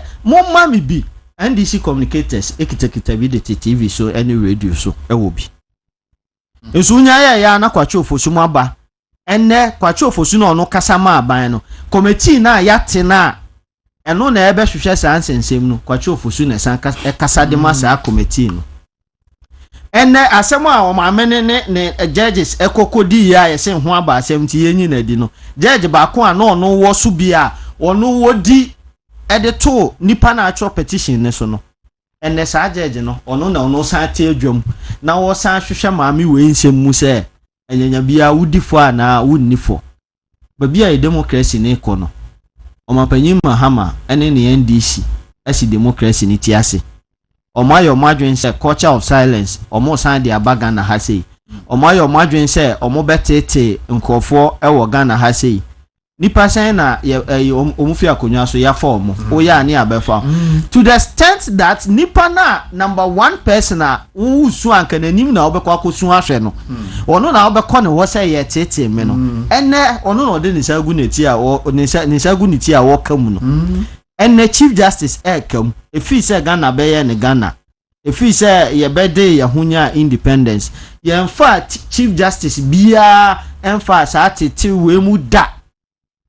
Timu pa na omo what say nanado apake court no anopai na obo video ha ka say nanado beto judges 13 oko no osan ja 13 nti court na wa park ne wo hefa say na 13 eye park a 20 ye den say na judges 13 wo supreme court ho a eno no court ne ye park but so omo ye 20 a eno no eba from the father of inconsistencies minim baby a NDC sua ne mathematics e di free ade 13 ene ade 20 de he ne so but omabo omutiri mu po se omubeyi no na me ya te se lawyer panyini te se chachuchi kata udi sa ade we ye chi so sa ansamfun we so udi sa ade we ye chi o obi a ono wafa through the system obi a ya fa na wo ye na djuma eden wa ye mami ehu atone so a enu achi ya oni akosua ma anu gina hokra na oka mesemo ene ya na mi hia no sisi o ma ya am say da me kwa se jam hia nkra o me hia chia na onye so we ya MPP ni kwa ja hia hia na onye so ade yes ya ka so ye women's obi timi tro petition say ma me ne ba adwuma no na wa muna na unim so ni kuna aku wo fia ni mura na wa mura na fa ho ben emura na wa mura na fa ho ben eche so ntimi anya na adwuma eno che so ntimi anya na adwuma jeje ti asem so no se manya asem wo mabusuafo yare wa brochi ntimi ko obi se adan na wa yi asem no dia free sa jeje na ne court eno ti yen ko yi na di iti nsam no mi hu emu pa ye gina so se eno no nsuo wom eno no e carry weight eno na kwasikoko friend say premier fashion case against maame no say yempamo no fan free ho na ka yempamo kwampo dia sanka okwa akoje ne pension ene dia aba bedu no o se say o ankwa ye be san fa ne pension na dwuma a waye nyina ba bia ka maame ya kodui as a supreme court judge and can retire on the salary ene no ye be fasa entitlement nyina asa wote ho a wadwen ye o say a setting get you to konuna ye de ye no awa said be ya nantwie said ye ya nantwie ni dua anka ne to no conference mu de eni na hin o mu beko sisi a mu hu boa emfa ai kotokro nhemu ya de mu ye no hoi na se kina bi musu mu fira ban mu a yaka he se mu de mu pa mu ko shedem mra mu pa mu fa sharia law emfa mra enya de ye betie nipa kora modern beba na ye bepam no mo so ye IGP so ye hwan commissioner so wasa kofa ne sofo na san de na ko immigration ho ni bi first no de ne ko prisons wono no koto uniform de ma na ba ko na condom use condom esise wasa san ko akofa papa ni bi for omanpanyin Mahama asa ko akofa ni bi Ghana for Tama untumi ka se mon sorry no na enya anu ntie o eno pan mi so me kan bi mon sorry sisi a ye de ne ma hyehyɛ nkofo anu mu ama o ma nu mu aye ma ama o ma na o mo kasa no o mu ntimi nkasa biem ene nkofo a na eye propaganda ba koka won akufo adunyame da bia me se na na do minim so aba akraba mekofie alaji nyamia na na do som no minya na mesom ne bi ene de wosuri ya Ayi de wosuri ya. yes ene mesom ne bi Som no sa. ye de ayi your friend is saying Russia Ukraine war de tale na na do say eye emfa ne ho na ode e ba beye ayi ode say oman no won say omo so anya war ne bi Abranti ebi ka say na na do akodun sonkramfo asori dan akora wanya 32 years anka me wofa asekora eno so urine retention and edikun no what is say covid ne so san ba biem nti niam o mode sere ne nyina bi san ba biem san niam we nyina wo ho ye nhwe ne nka na de so ono aka o se nokora ne wo ho ye nka ye de frefra nti wo de san no de aba be udua amamuo ni mu wa ha sei nti maame toko no kafra wode na nka Ghana na open ye anka wode wo ye wadwuma wonka bi nhye na so se omampanyi mahama de na ni te e de asi ususo obeyi no wudi ba yire pusa papa na obepam enti ye wadwen se o pension no ze o investment foforo bi a obeya pe adwuma foforo ye wayi wadi papa na obeyi enti ko pe adwuma foforo na ye because asiedu katia hyase preke Ghana fo adwen kache sisi akora de wanka se jimensa pe o si jimensa ene ne commissioners ni nyina no they are not fit for purpose their purpose be na o kan ho ase ya to aba wie ya kan aba wie ya se John Dramani Mahama ya president ya se Gaba edamo ne MPP ntam ebi mada so their purpose na jimensa ene na pamfo entimi serve enfama asiedun katia ne ne NDC wo krom ha sei Daasebre we live in an interesting times na omo aye din sisi a omo akamano atum no mesre mo amonkoso anye din na MPP ba ye mo obi ankasa ene ke be son kofo mene wo kure mu daase koka Chief Justice no say mo kan hu say one omo mpe process e be ko beyond 4 years so any ad hoc and frustration yes the bus system no yes intina ye to me mouse and process no go through they are not ready say there will be a review of the process and as a bb two ye pesi egu nani mase ye go wi ana se pesi egu nani mase oba ye ti ma be ma se che na ndu ase be ne che ye pese ne benefits e wo ho no ebono ena uhwemu a okay time otna court case ne so no election petition yes oma lawyers bi hu so omu odin by ba nimu omu nimu de no sa bo no obo mu no ene hu tan ne no sa bo na obo and okohwe petitioners ni nyina tachichikata wo your friend is saying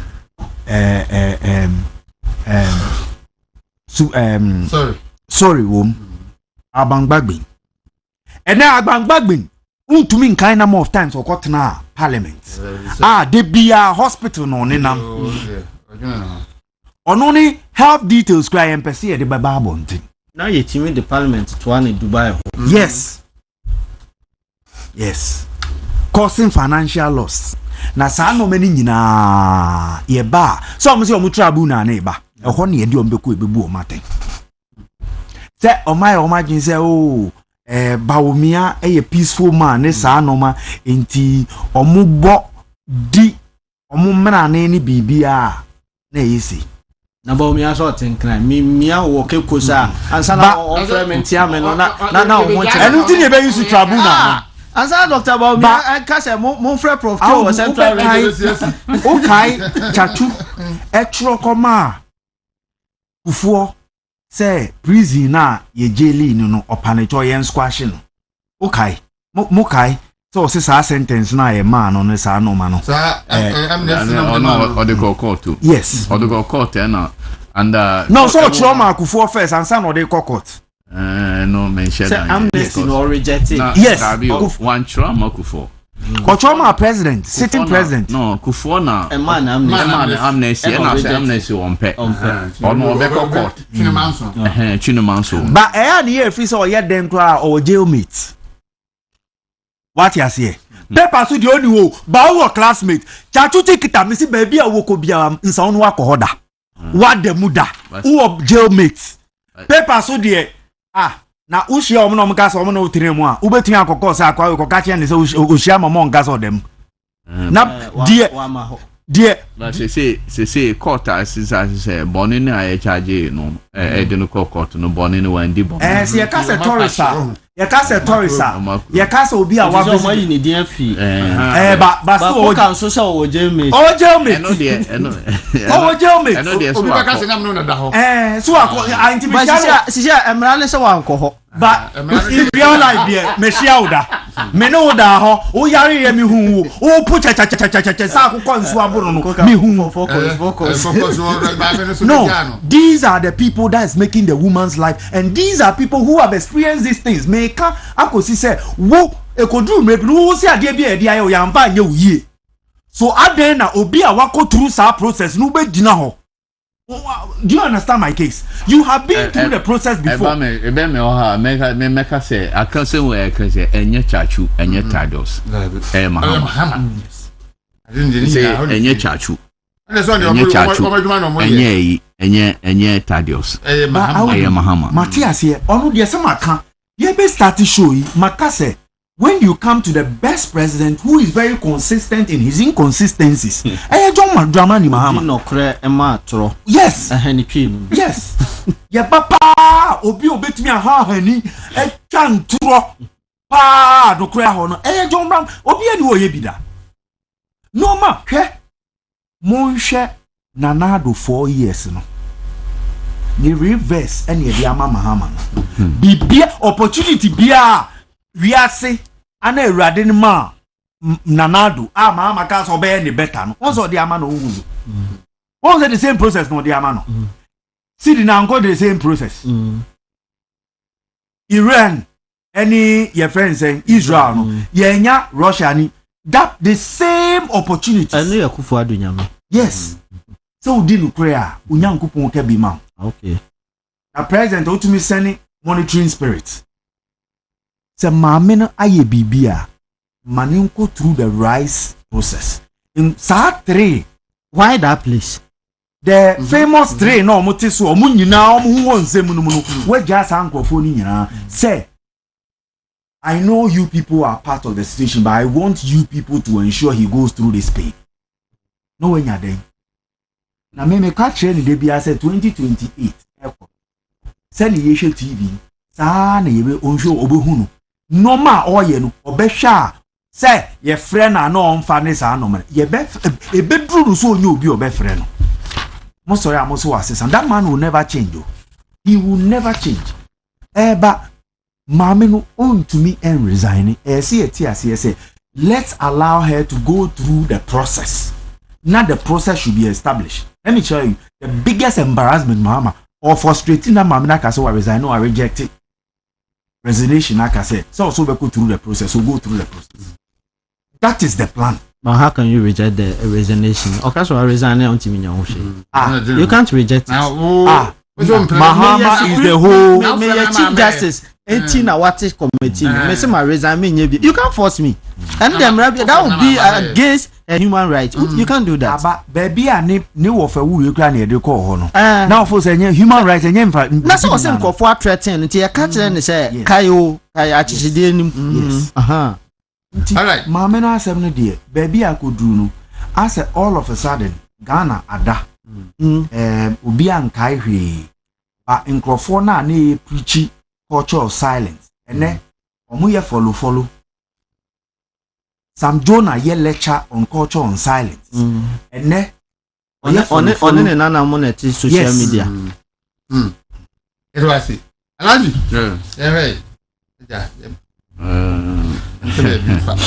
Now, CJS say we on me can be I said it somewhere anyhow.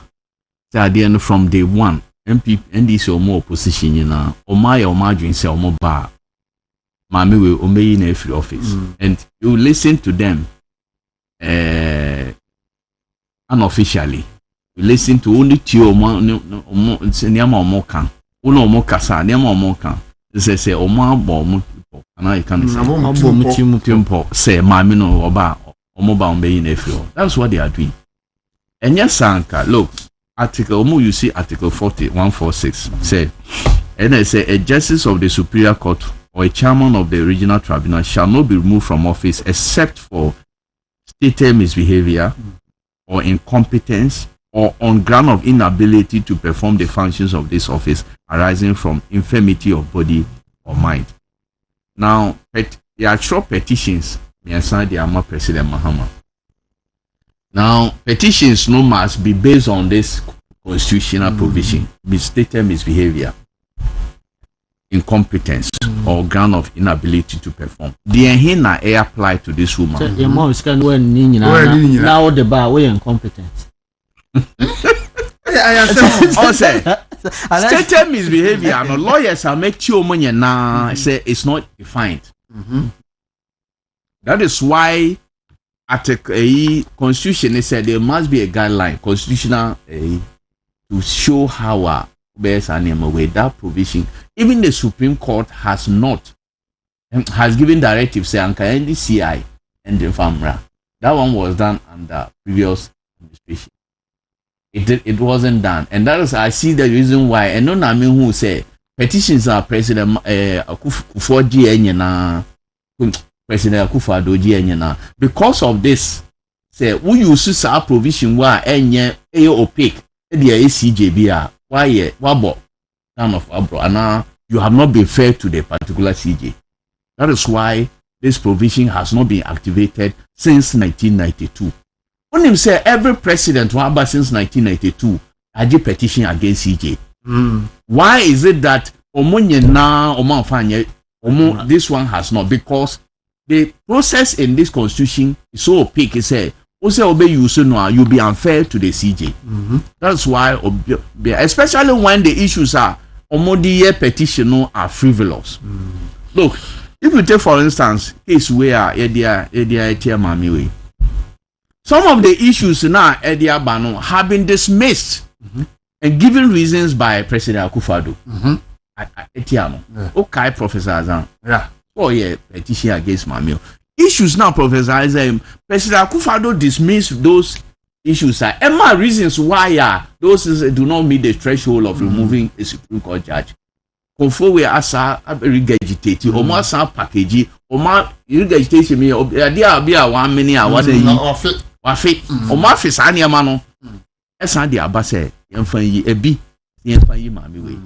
But with all that the current president has seen say with all the nearman here to egu no ne nyina ka ho a Mami we has a case to answer.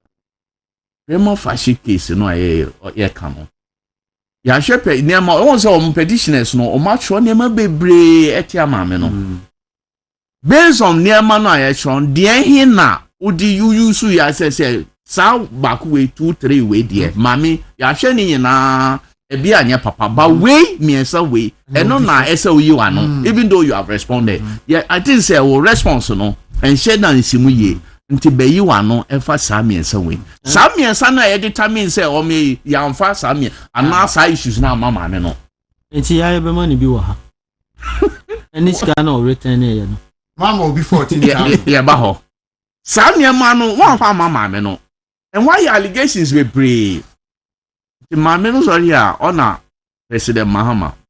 O say only Council of State are chaired by former Speaker of Parliament. Amonya na nepa 31. Mati say 30. And I wrote this Mamino has answer. Baku there. Yati say former Chief Justice or no say the process is so big that you can't use this process to remove a CJ. That has been her stance. Even when it came to Charlotte or say she had this because that time on left she had to determine prima facie case. Until years now set a committee. Who set a committee now say based on Article 14610, 146.8. Or say all the issues are in camera. Nearby be cost was a committee in a constitution say ma beyond yeah my publicize but before I be cost no cry na nearma no we spokesperson abe can be breed dear Mami no ye no wa call tu kwan wa jiska ye chi no ansa no all this can echo. Really? Oh, also, my men to kwan. Oni nukunu eni ne ba omo tu kwan a esanka oyesa.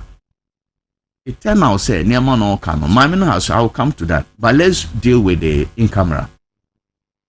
Why is near man now? Oh yeah, when you first of all frame of a case now the ama committee no. Committee who presidency and no council man fine man. Some of the ama committee no committee no so refuse to say omo de man no and omo titi no omo ye na yi sampling omo gina na ye friends say ne fa ho de so mo tiatia ne fa ho de so and na omo they are violating her constitutional rights and I'm say they mo ye me ne baby ameka me they are same way and no file affidavit supplementary affidavit e was Supreme Court say nema omo ye me e wo committee ni nie me ni baby am the Supreme Court mo hwe na mo first of all mo stop that committee no na ye nko nema no mu oni the Supreme Court kan ye no omo 5 no na obo gang of 3 omo the case we omo ye constant 5 no unanimous so omo say based on article 1468 no ma me no ne omo ntie no na omo bogu ya omo say all proceedings under this article shall be held in camera and the justice or chairman against whom the petition is made is entitled to be heard in this defense by himself or by a lawyer or other expert of his choice. You know how I Yes. What is my America say? Adabi a one kwa or someone a lawyer. Almost say that is why I'm saying even that first step no kwa no violating this provision. Yes. Committee no. Ono one kon say even constitution say especially say ono one to me and the lawyer be representing and yet the first year and one con the lawyer almost they will not listen to the lawyer and went ahead to schedule the hearing programs without involvement on the lawyer. This committee this provision was violated and yet this woman is being told say because in camera no more fan p and I maybe say South 5 constitution judges no more Supreme Court judges now say a binoma pe CJD no. If any of them were to face the fate of this woman, our committee no yet and found the so her rights are being violated in this way. Forum Bena because in camera ne BBI no. Forum Bena or no Supreme Court judge no or more hono in fa no de beko. If the highest court of the land cannot protect the rights of their own, in fa na mamina so de ko. The highest court of the land. Nti mamina say almost say mamina no it came to a point say why Supreme Court are rejecting no. The own people no mo ye juma o man kasa say your rights should be violated. We don't care. And that was the ruling they gave. Now, Mamia who said, near my cosono. And yet, once a Mamina file a case, human rights got to say about these violations. Or man who said, Supreme Court, no more are rejected near man. High Court in a bay. Because based on issues, next you were in camera, no. And no now the court Supreme Court no say omo ni omo wegu say High Court na be say in camera here no any public it may processes no here there now committee now violating her rights on all this that anything now oba say if the court will not listen to me the place that is supposed to protect the rights of the people committee are set up to be fair and candid and everybody transparent to the woman. Committee no so including 2 justices, her colleagues, work court. Now will not be fair to her. Then let me go public and tell Ghanaians what I'm going through. And no mamma no holy press conference. They say they adruna. I saw the minute. Say and all catch Ghanaians for at least somebody has shown us say what in Obetima Agyei a year court of competent a court of public opinion. Say my minute na asema to her say Ghana fwe mo hwe niam e koso de omoye wo esumu in camera maybe I work in darkness de omoye minie me de pia bonte montie niam e koso e wo esumu apofo na ye etu na nyom say nyame me so me frɛ wo Agyei.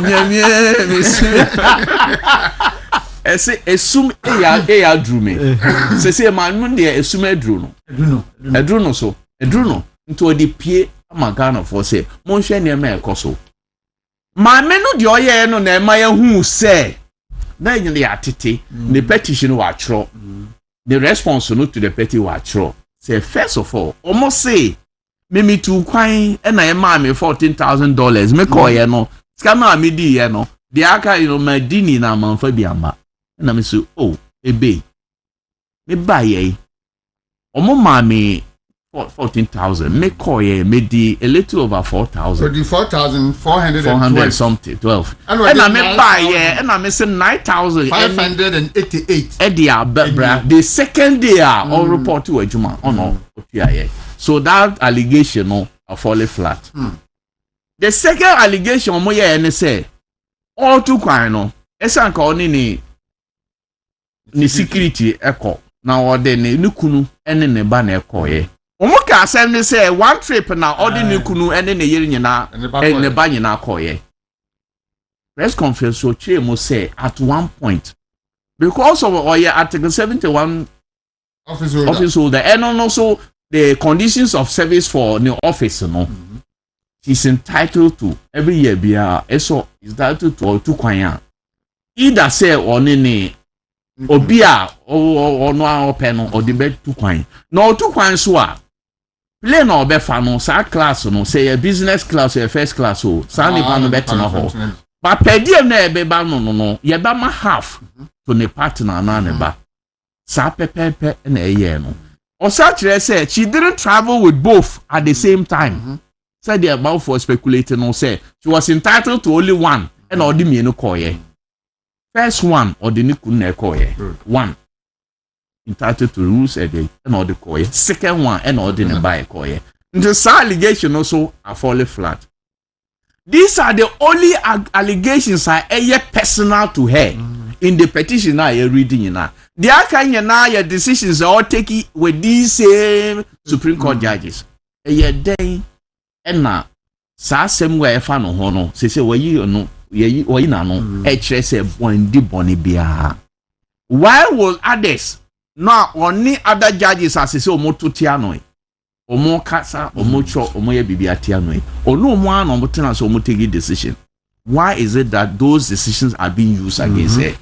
Ghana for na sem tie audit to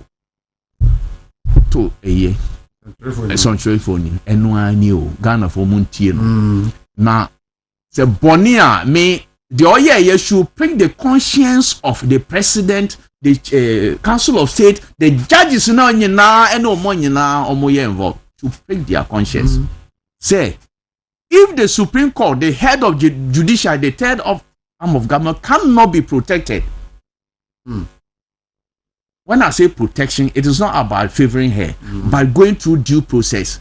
The Supreme Court has given protection. You also, when the Constitution uses the protection of the rights of individuals, if they cannot protect her rights or defend her rights, the head of the third arm of government, and it's being those rights are being violated by the executive, being aided by judicial and Ankasa.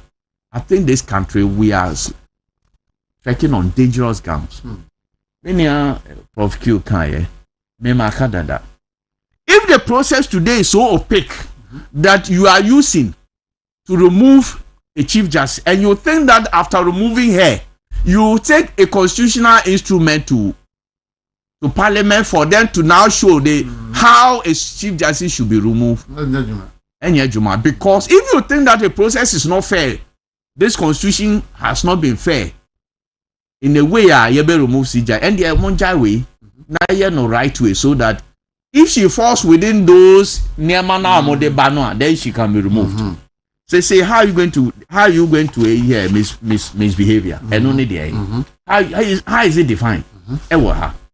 Now, Article 146 cannot tell no say where a petition has been referred to a committee under this article, the president may in the case of Chief Justice acting in accordance with the advice of the Council of State by warrant signed by him suspend the CJ. And now based on this article, but you go to B.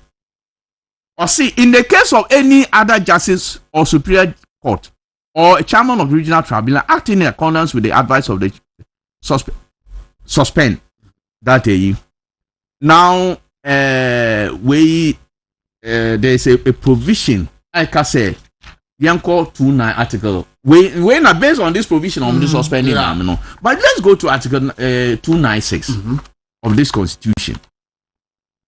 It for my lawyer nanso ade no English you reading as a lawyer and peninsula and your understanding of the English language and na kind article 296 essay they will cry.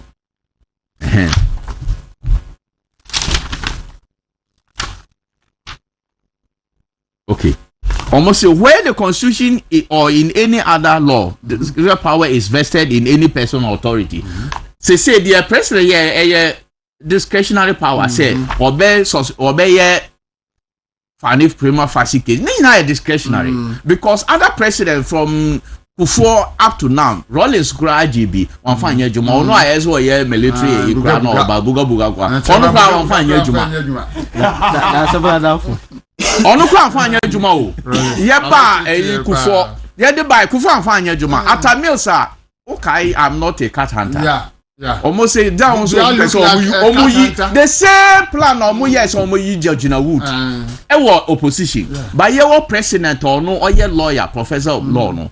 On him say eno na emboa no also onye and now you say and our national chairman there said there are many ways of killing a cat and I say Agyei and any senior madam for compensate a prof war press conference na me say obisano say you look at my face Look at my face. do I look like a cat obaguye but many are paying mama nkwa akufa do buy also the same thing.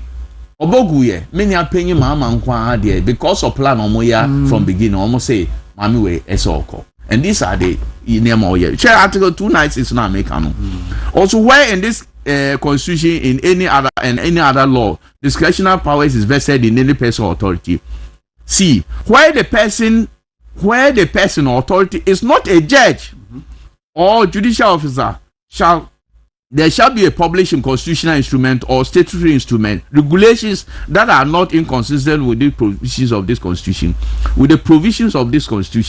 or the other law to govern the exercise of the discretionary power. Now, while you see this before exercising discretionary power to remove Supreme Court judge, Chief Justice, and it's an constitutional provision to determine that are there were any hot nice why. Is it not even a violation of the constitution by the president of the state? And yet everybody in this country is watching.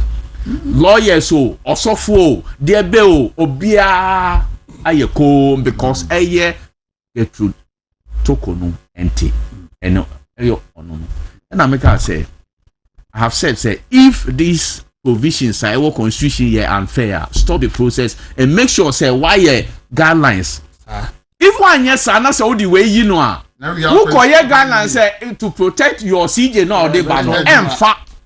Omo Supreme Court justice that and or more pray who say Chief Justice or more bar. The process almost setting the agenda almost set to no dangerous agenda almost setting and say it's telling Ghanaians say CJ no your term is coterminous with the government, and that is the precedent we are setting with this dangerous precedent we are setting with this. Until more pray who say CJ DNT at the papa who had the papa will be our mammy way who say obia mama be you no biano ebia acting CJ we all know 1.5 years or so less than 2 years or no the ebia obedia content or yes I ebia o man ka say no ebia enontra ono so pebia di. But others no member no. Who banner say MPP bar because you are say mama setting president Agyei. Since is Okoka now almost say Akufo-Addo are setting president for electoral commission. They say Omo national chairman say they must go. That's fair enough. But Omo Kai say they always say Omo who say sisi we Charlotte said there no prima facie issues no were given to her after all the litany and I'm going to monya a lawyer Maswell Anka because he was Uncle Bɛkyerɛ na issues in doso biosha issues in I'm saying me and some be now procurement issues pet and I say Mamino has a case to answer Chief Justice Sophia Kufu the committee no set here almost share mono who say Mamino Ampara he breached some procurement and you know Mamu way so these are the issues are Mami way carry CJ or the Abba Ghana for more share if these things merit removal of CJR and the Amamu JJJ.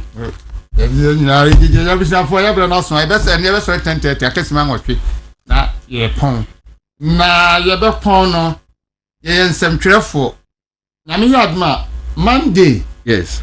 Ghana some 12 for Kotraba. Na ye penny for. It's a day pound. Yes. Professor Semfrio. DJ election. Hani mfanumra. Hani ko. Men kan say me dem nyansa ntwoni. Wo de on kan ho. Dabi.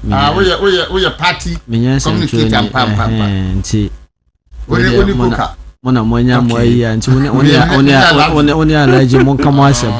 But onye but you are dealing with only journalists who call radio stations, who call TV stations. Only maybe said yeah journalists Juma so how is being managed? How is it faring? At least you have an idea.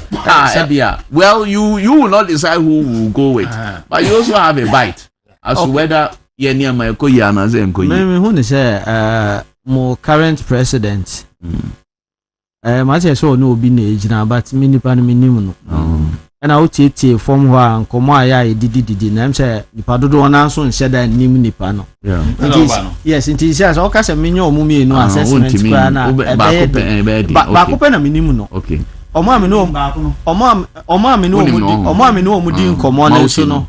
E from ho na metie ne so no. Omo so say current president Albert Kwabradum for pena omunim no enti se mo amoye mo assessment na se mo de ne beba afei na but the me hu ni se the other person ne popularity no e wo form pe obi a menye journalist amenka ho no the me hu no na me interest wo se so mo to ne region no at a go. Yeah.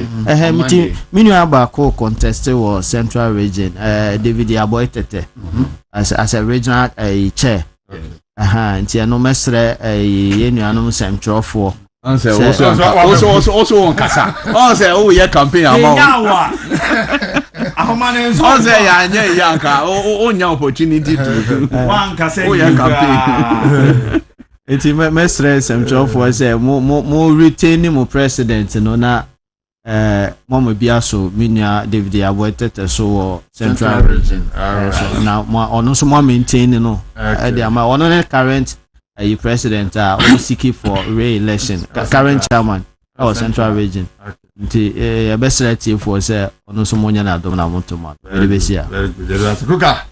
I think say ye kwa abato ye wo no ma bi ase obi ani ho a watena akunya so a wanya no frofro ana waye bi se na nso ni ho na wo election ami mesuro so wo elections no wadi bida na nso ni ho a mesuro jomfo waye bi wo hwe ni no ma bi a waye any ba bi a ene senior wama journalists association me hu bi da we kai money utumi hwe ni nkrofo no ekọ kojidi obedie na emwa mpacho because because kojidi obedie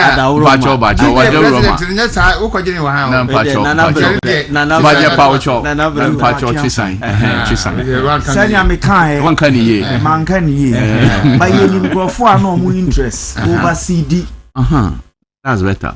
We know. Yeah. I mean that of the association. Yes. Namwo GBC. Yeah. Many o man anti aye adwuma. Inti no mani bi wa me ka enye botiri mu ka. Ba brantie we on the floors.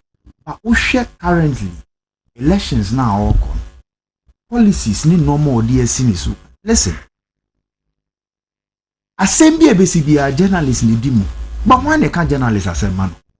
What is the welfare of a journalist? Who protects the journalist?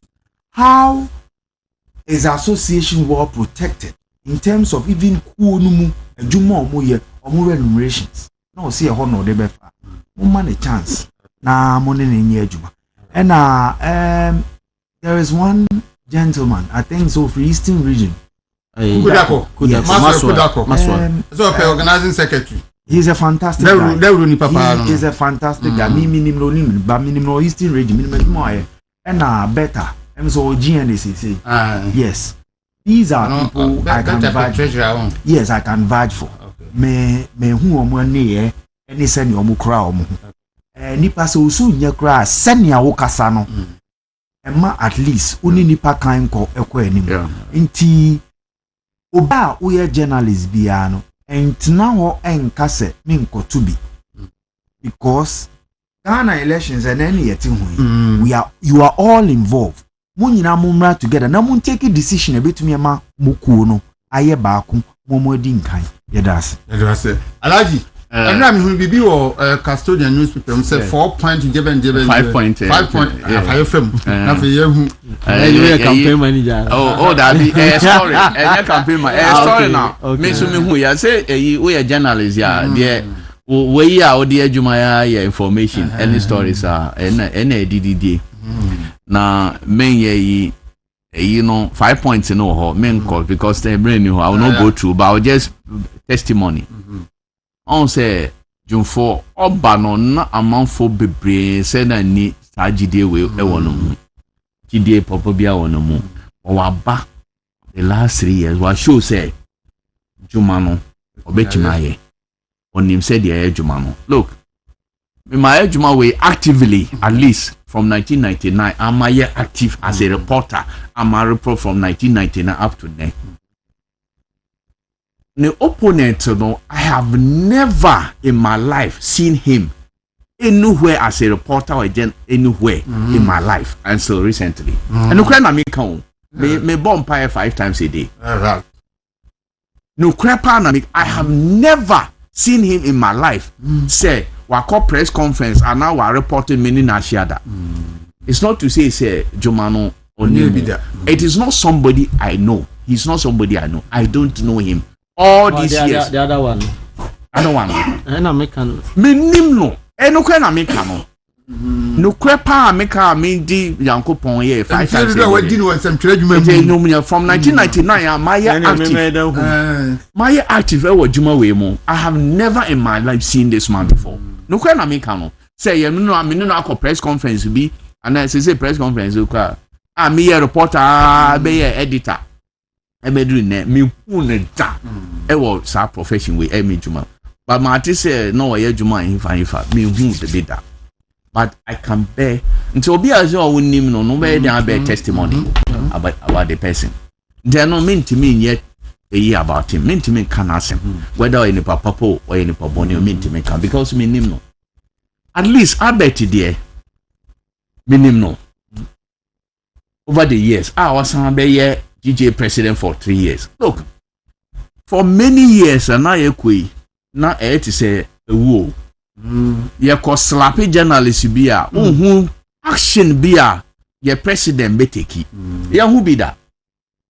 Even an MPP journalist be a police force slappy or money. Oh, she any the joy. Oh, come on anyway. Latif. Obeshe. Say under MVP na police vocal ya no yaka there wo so he suffered but your leaders then maybe under NDC ya throw your cameras under NDC Sandogbe normal GBC ya recorded ya send na there was nobody after money asem he was a president the action I never heard any serious thing about it. Afena na asem. Afena fe money asem eba. Eno de mechi maka me oni me pa me so me pa na asem. But sometimes you instead na hu ade be serious be Agyei. But you look at June 4. Press conference so even Galamsey any near to the sense me president Nana Addo Dankwa Akufo-Addo also ni mu. No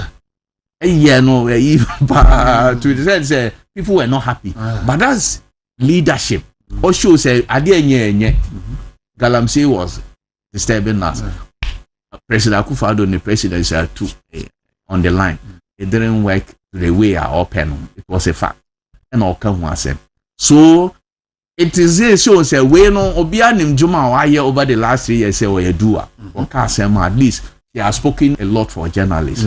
And maybe they say sesa obia who say he's on the right path. O sesa no ebia nipa na de mba no you don't know the path you be chatting. Nti me I'll be voting. Me a paid up member. Me were voting right. Until on Monday me Emma Albert for him to continue with his good works. And I encourage all the and I encourage all the people GJ members you work good standing. Emma Albert for the rest no meaning the Mr. Santin Pacho wo Jumfo picture no asem no pa bi ma o na yo fan sorry so amanfo ehwese ye Albert Jumfo na ye kana asem na people think say Albert Jumfo no me ametina here me no argument pe o even Akufo-Addo say ya okoye no me no. And to the sense, no people think say he was even against MPP. So at a point, Sana maybe.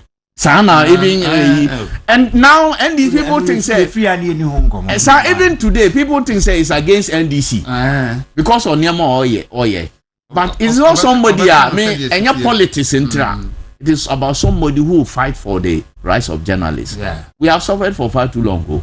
First time why any more be brave and any na watch my but I can't be brave so your man of my obey my and your man opportunity. Everything for a brenason. 100 medini na AC. The Daasebre ma wa wo fie. Na wo hwe ye tie yen. E bibia obia oni edi dwuma damu nyina ase. Na madam Bɛkyerɛ ase prof Keo Kuka ena Alhaji Audu Mahama. Me Alhaji we dey fake o. Ma me Alhaji no. Ya ma me Alhaji nso me ka me nyankoe. Wo yankoe? Me nyankoe. Okay. Alhaji no. What don't say ono so to amadwo nti. Okay, God in Daasebre dia kon ono so say o to amadwo. Me Alhaji no e te say ya small we me Alhaji no ma me confess e te say Professor Q there. See a friend of Professor Q. So yeah, onye you onye good professor. Modia mumpa mo ho asemu. Mumpa mo ho asemu. Ye do bia ko fa beka mo. Na Professor Boadi ni ha ti mo comedy mo fa fra me. God e hwe obe say do be say ya. E di Alhaji de na Alhaji be kan. Alhaji on say me ne omo ye adwuma no. On say omo ye no mo srem no. Omo no ye ya omo hu and certain respect exactly respect to be idea among say me start adwuma yi baby ameko bia ohu me Alhaji Audu because me ekra money so na but after of penny but nyameboa I think there will be a time nyame pair meye it's people don't know. It's a calling. What time so I hear on be call. Sometimes be waska. We hear there but I don't know. Sometimes so time be do now only opposite no. Who say some few year or the be call no nice can or the time no be do pe nice can or any it because maybe it's not time for you to do it. Me GD say enche meye proper Alhaji. Abisa Sante asedaka se enkoma onu tima mo MC a mo boy ma bibia ewiem di AB ni akalam nyina yeda mo nyina ase ena no pay se mo bo atoto ne ma mansan so enya ye hwe ye nti ye bili ene woni aka nyina so yeda mo nyina ase ne me mu e ma godu na sarubedi akon be Daasebre Agyei Dwamena ye sori so ama dj.com the highest pay DJ in Ghana. Ɔno nso so aba abɛtoa so aba mo.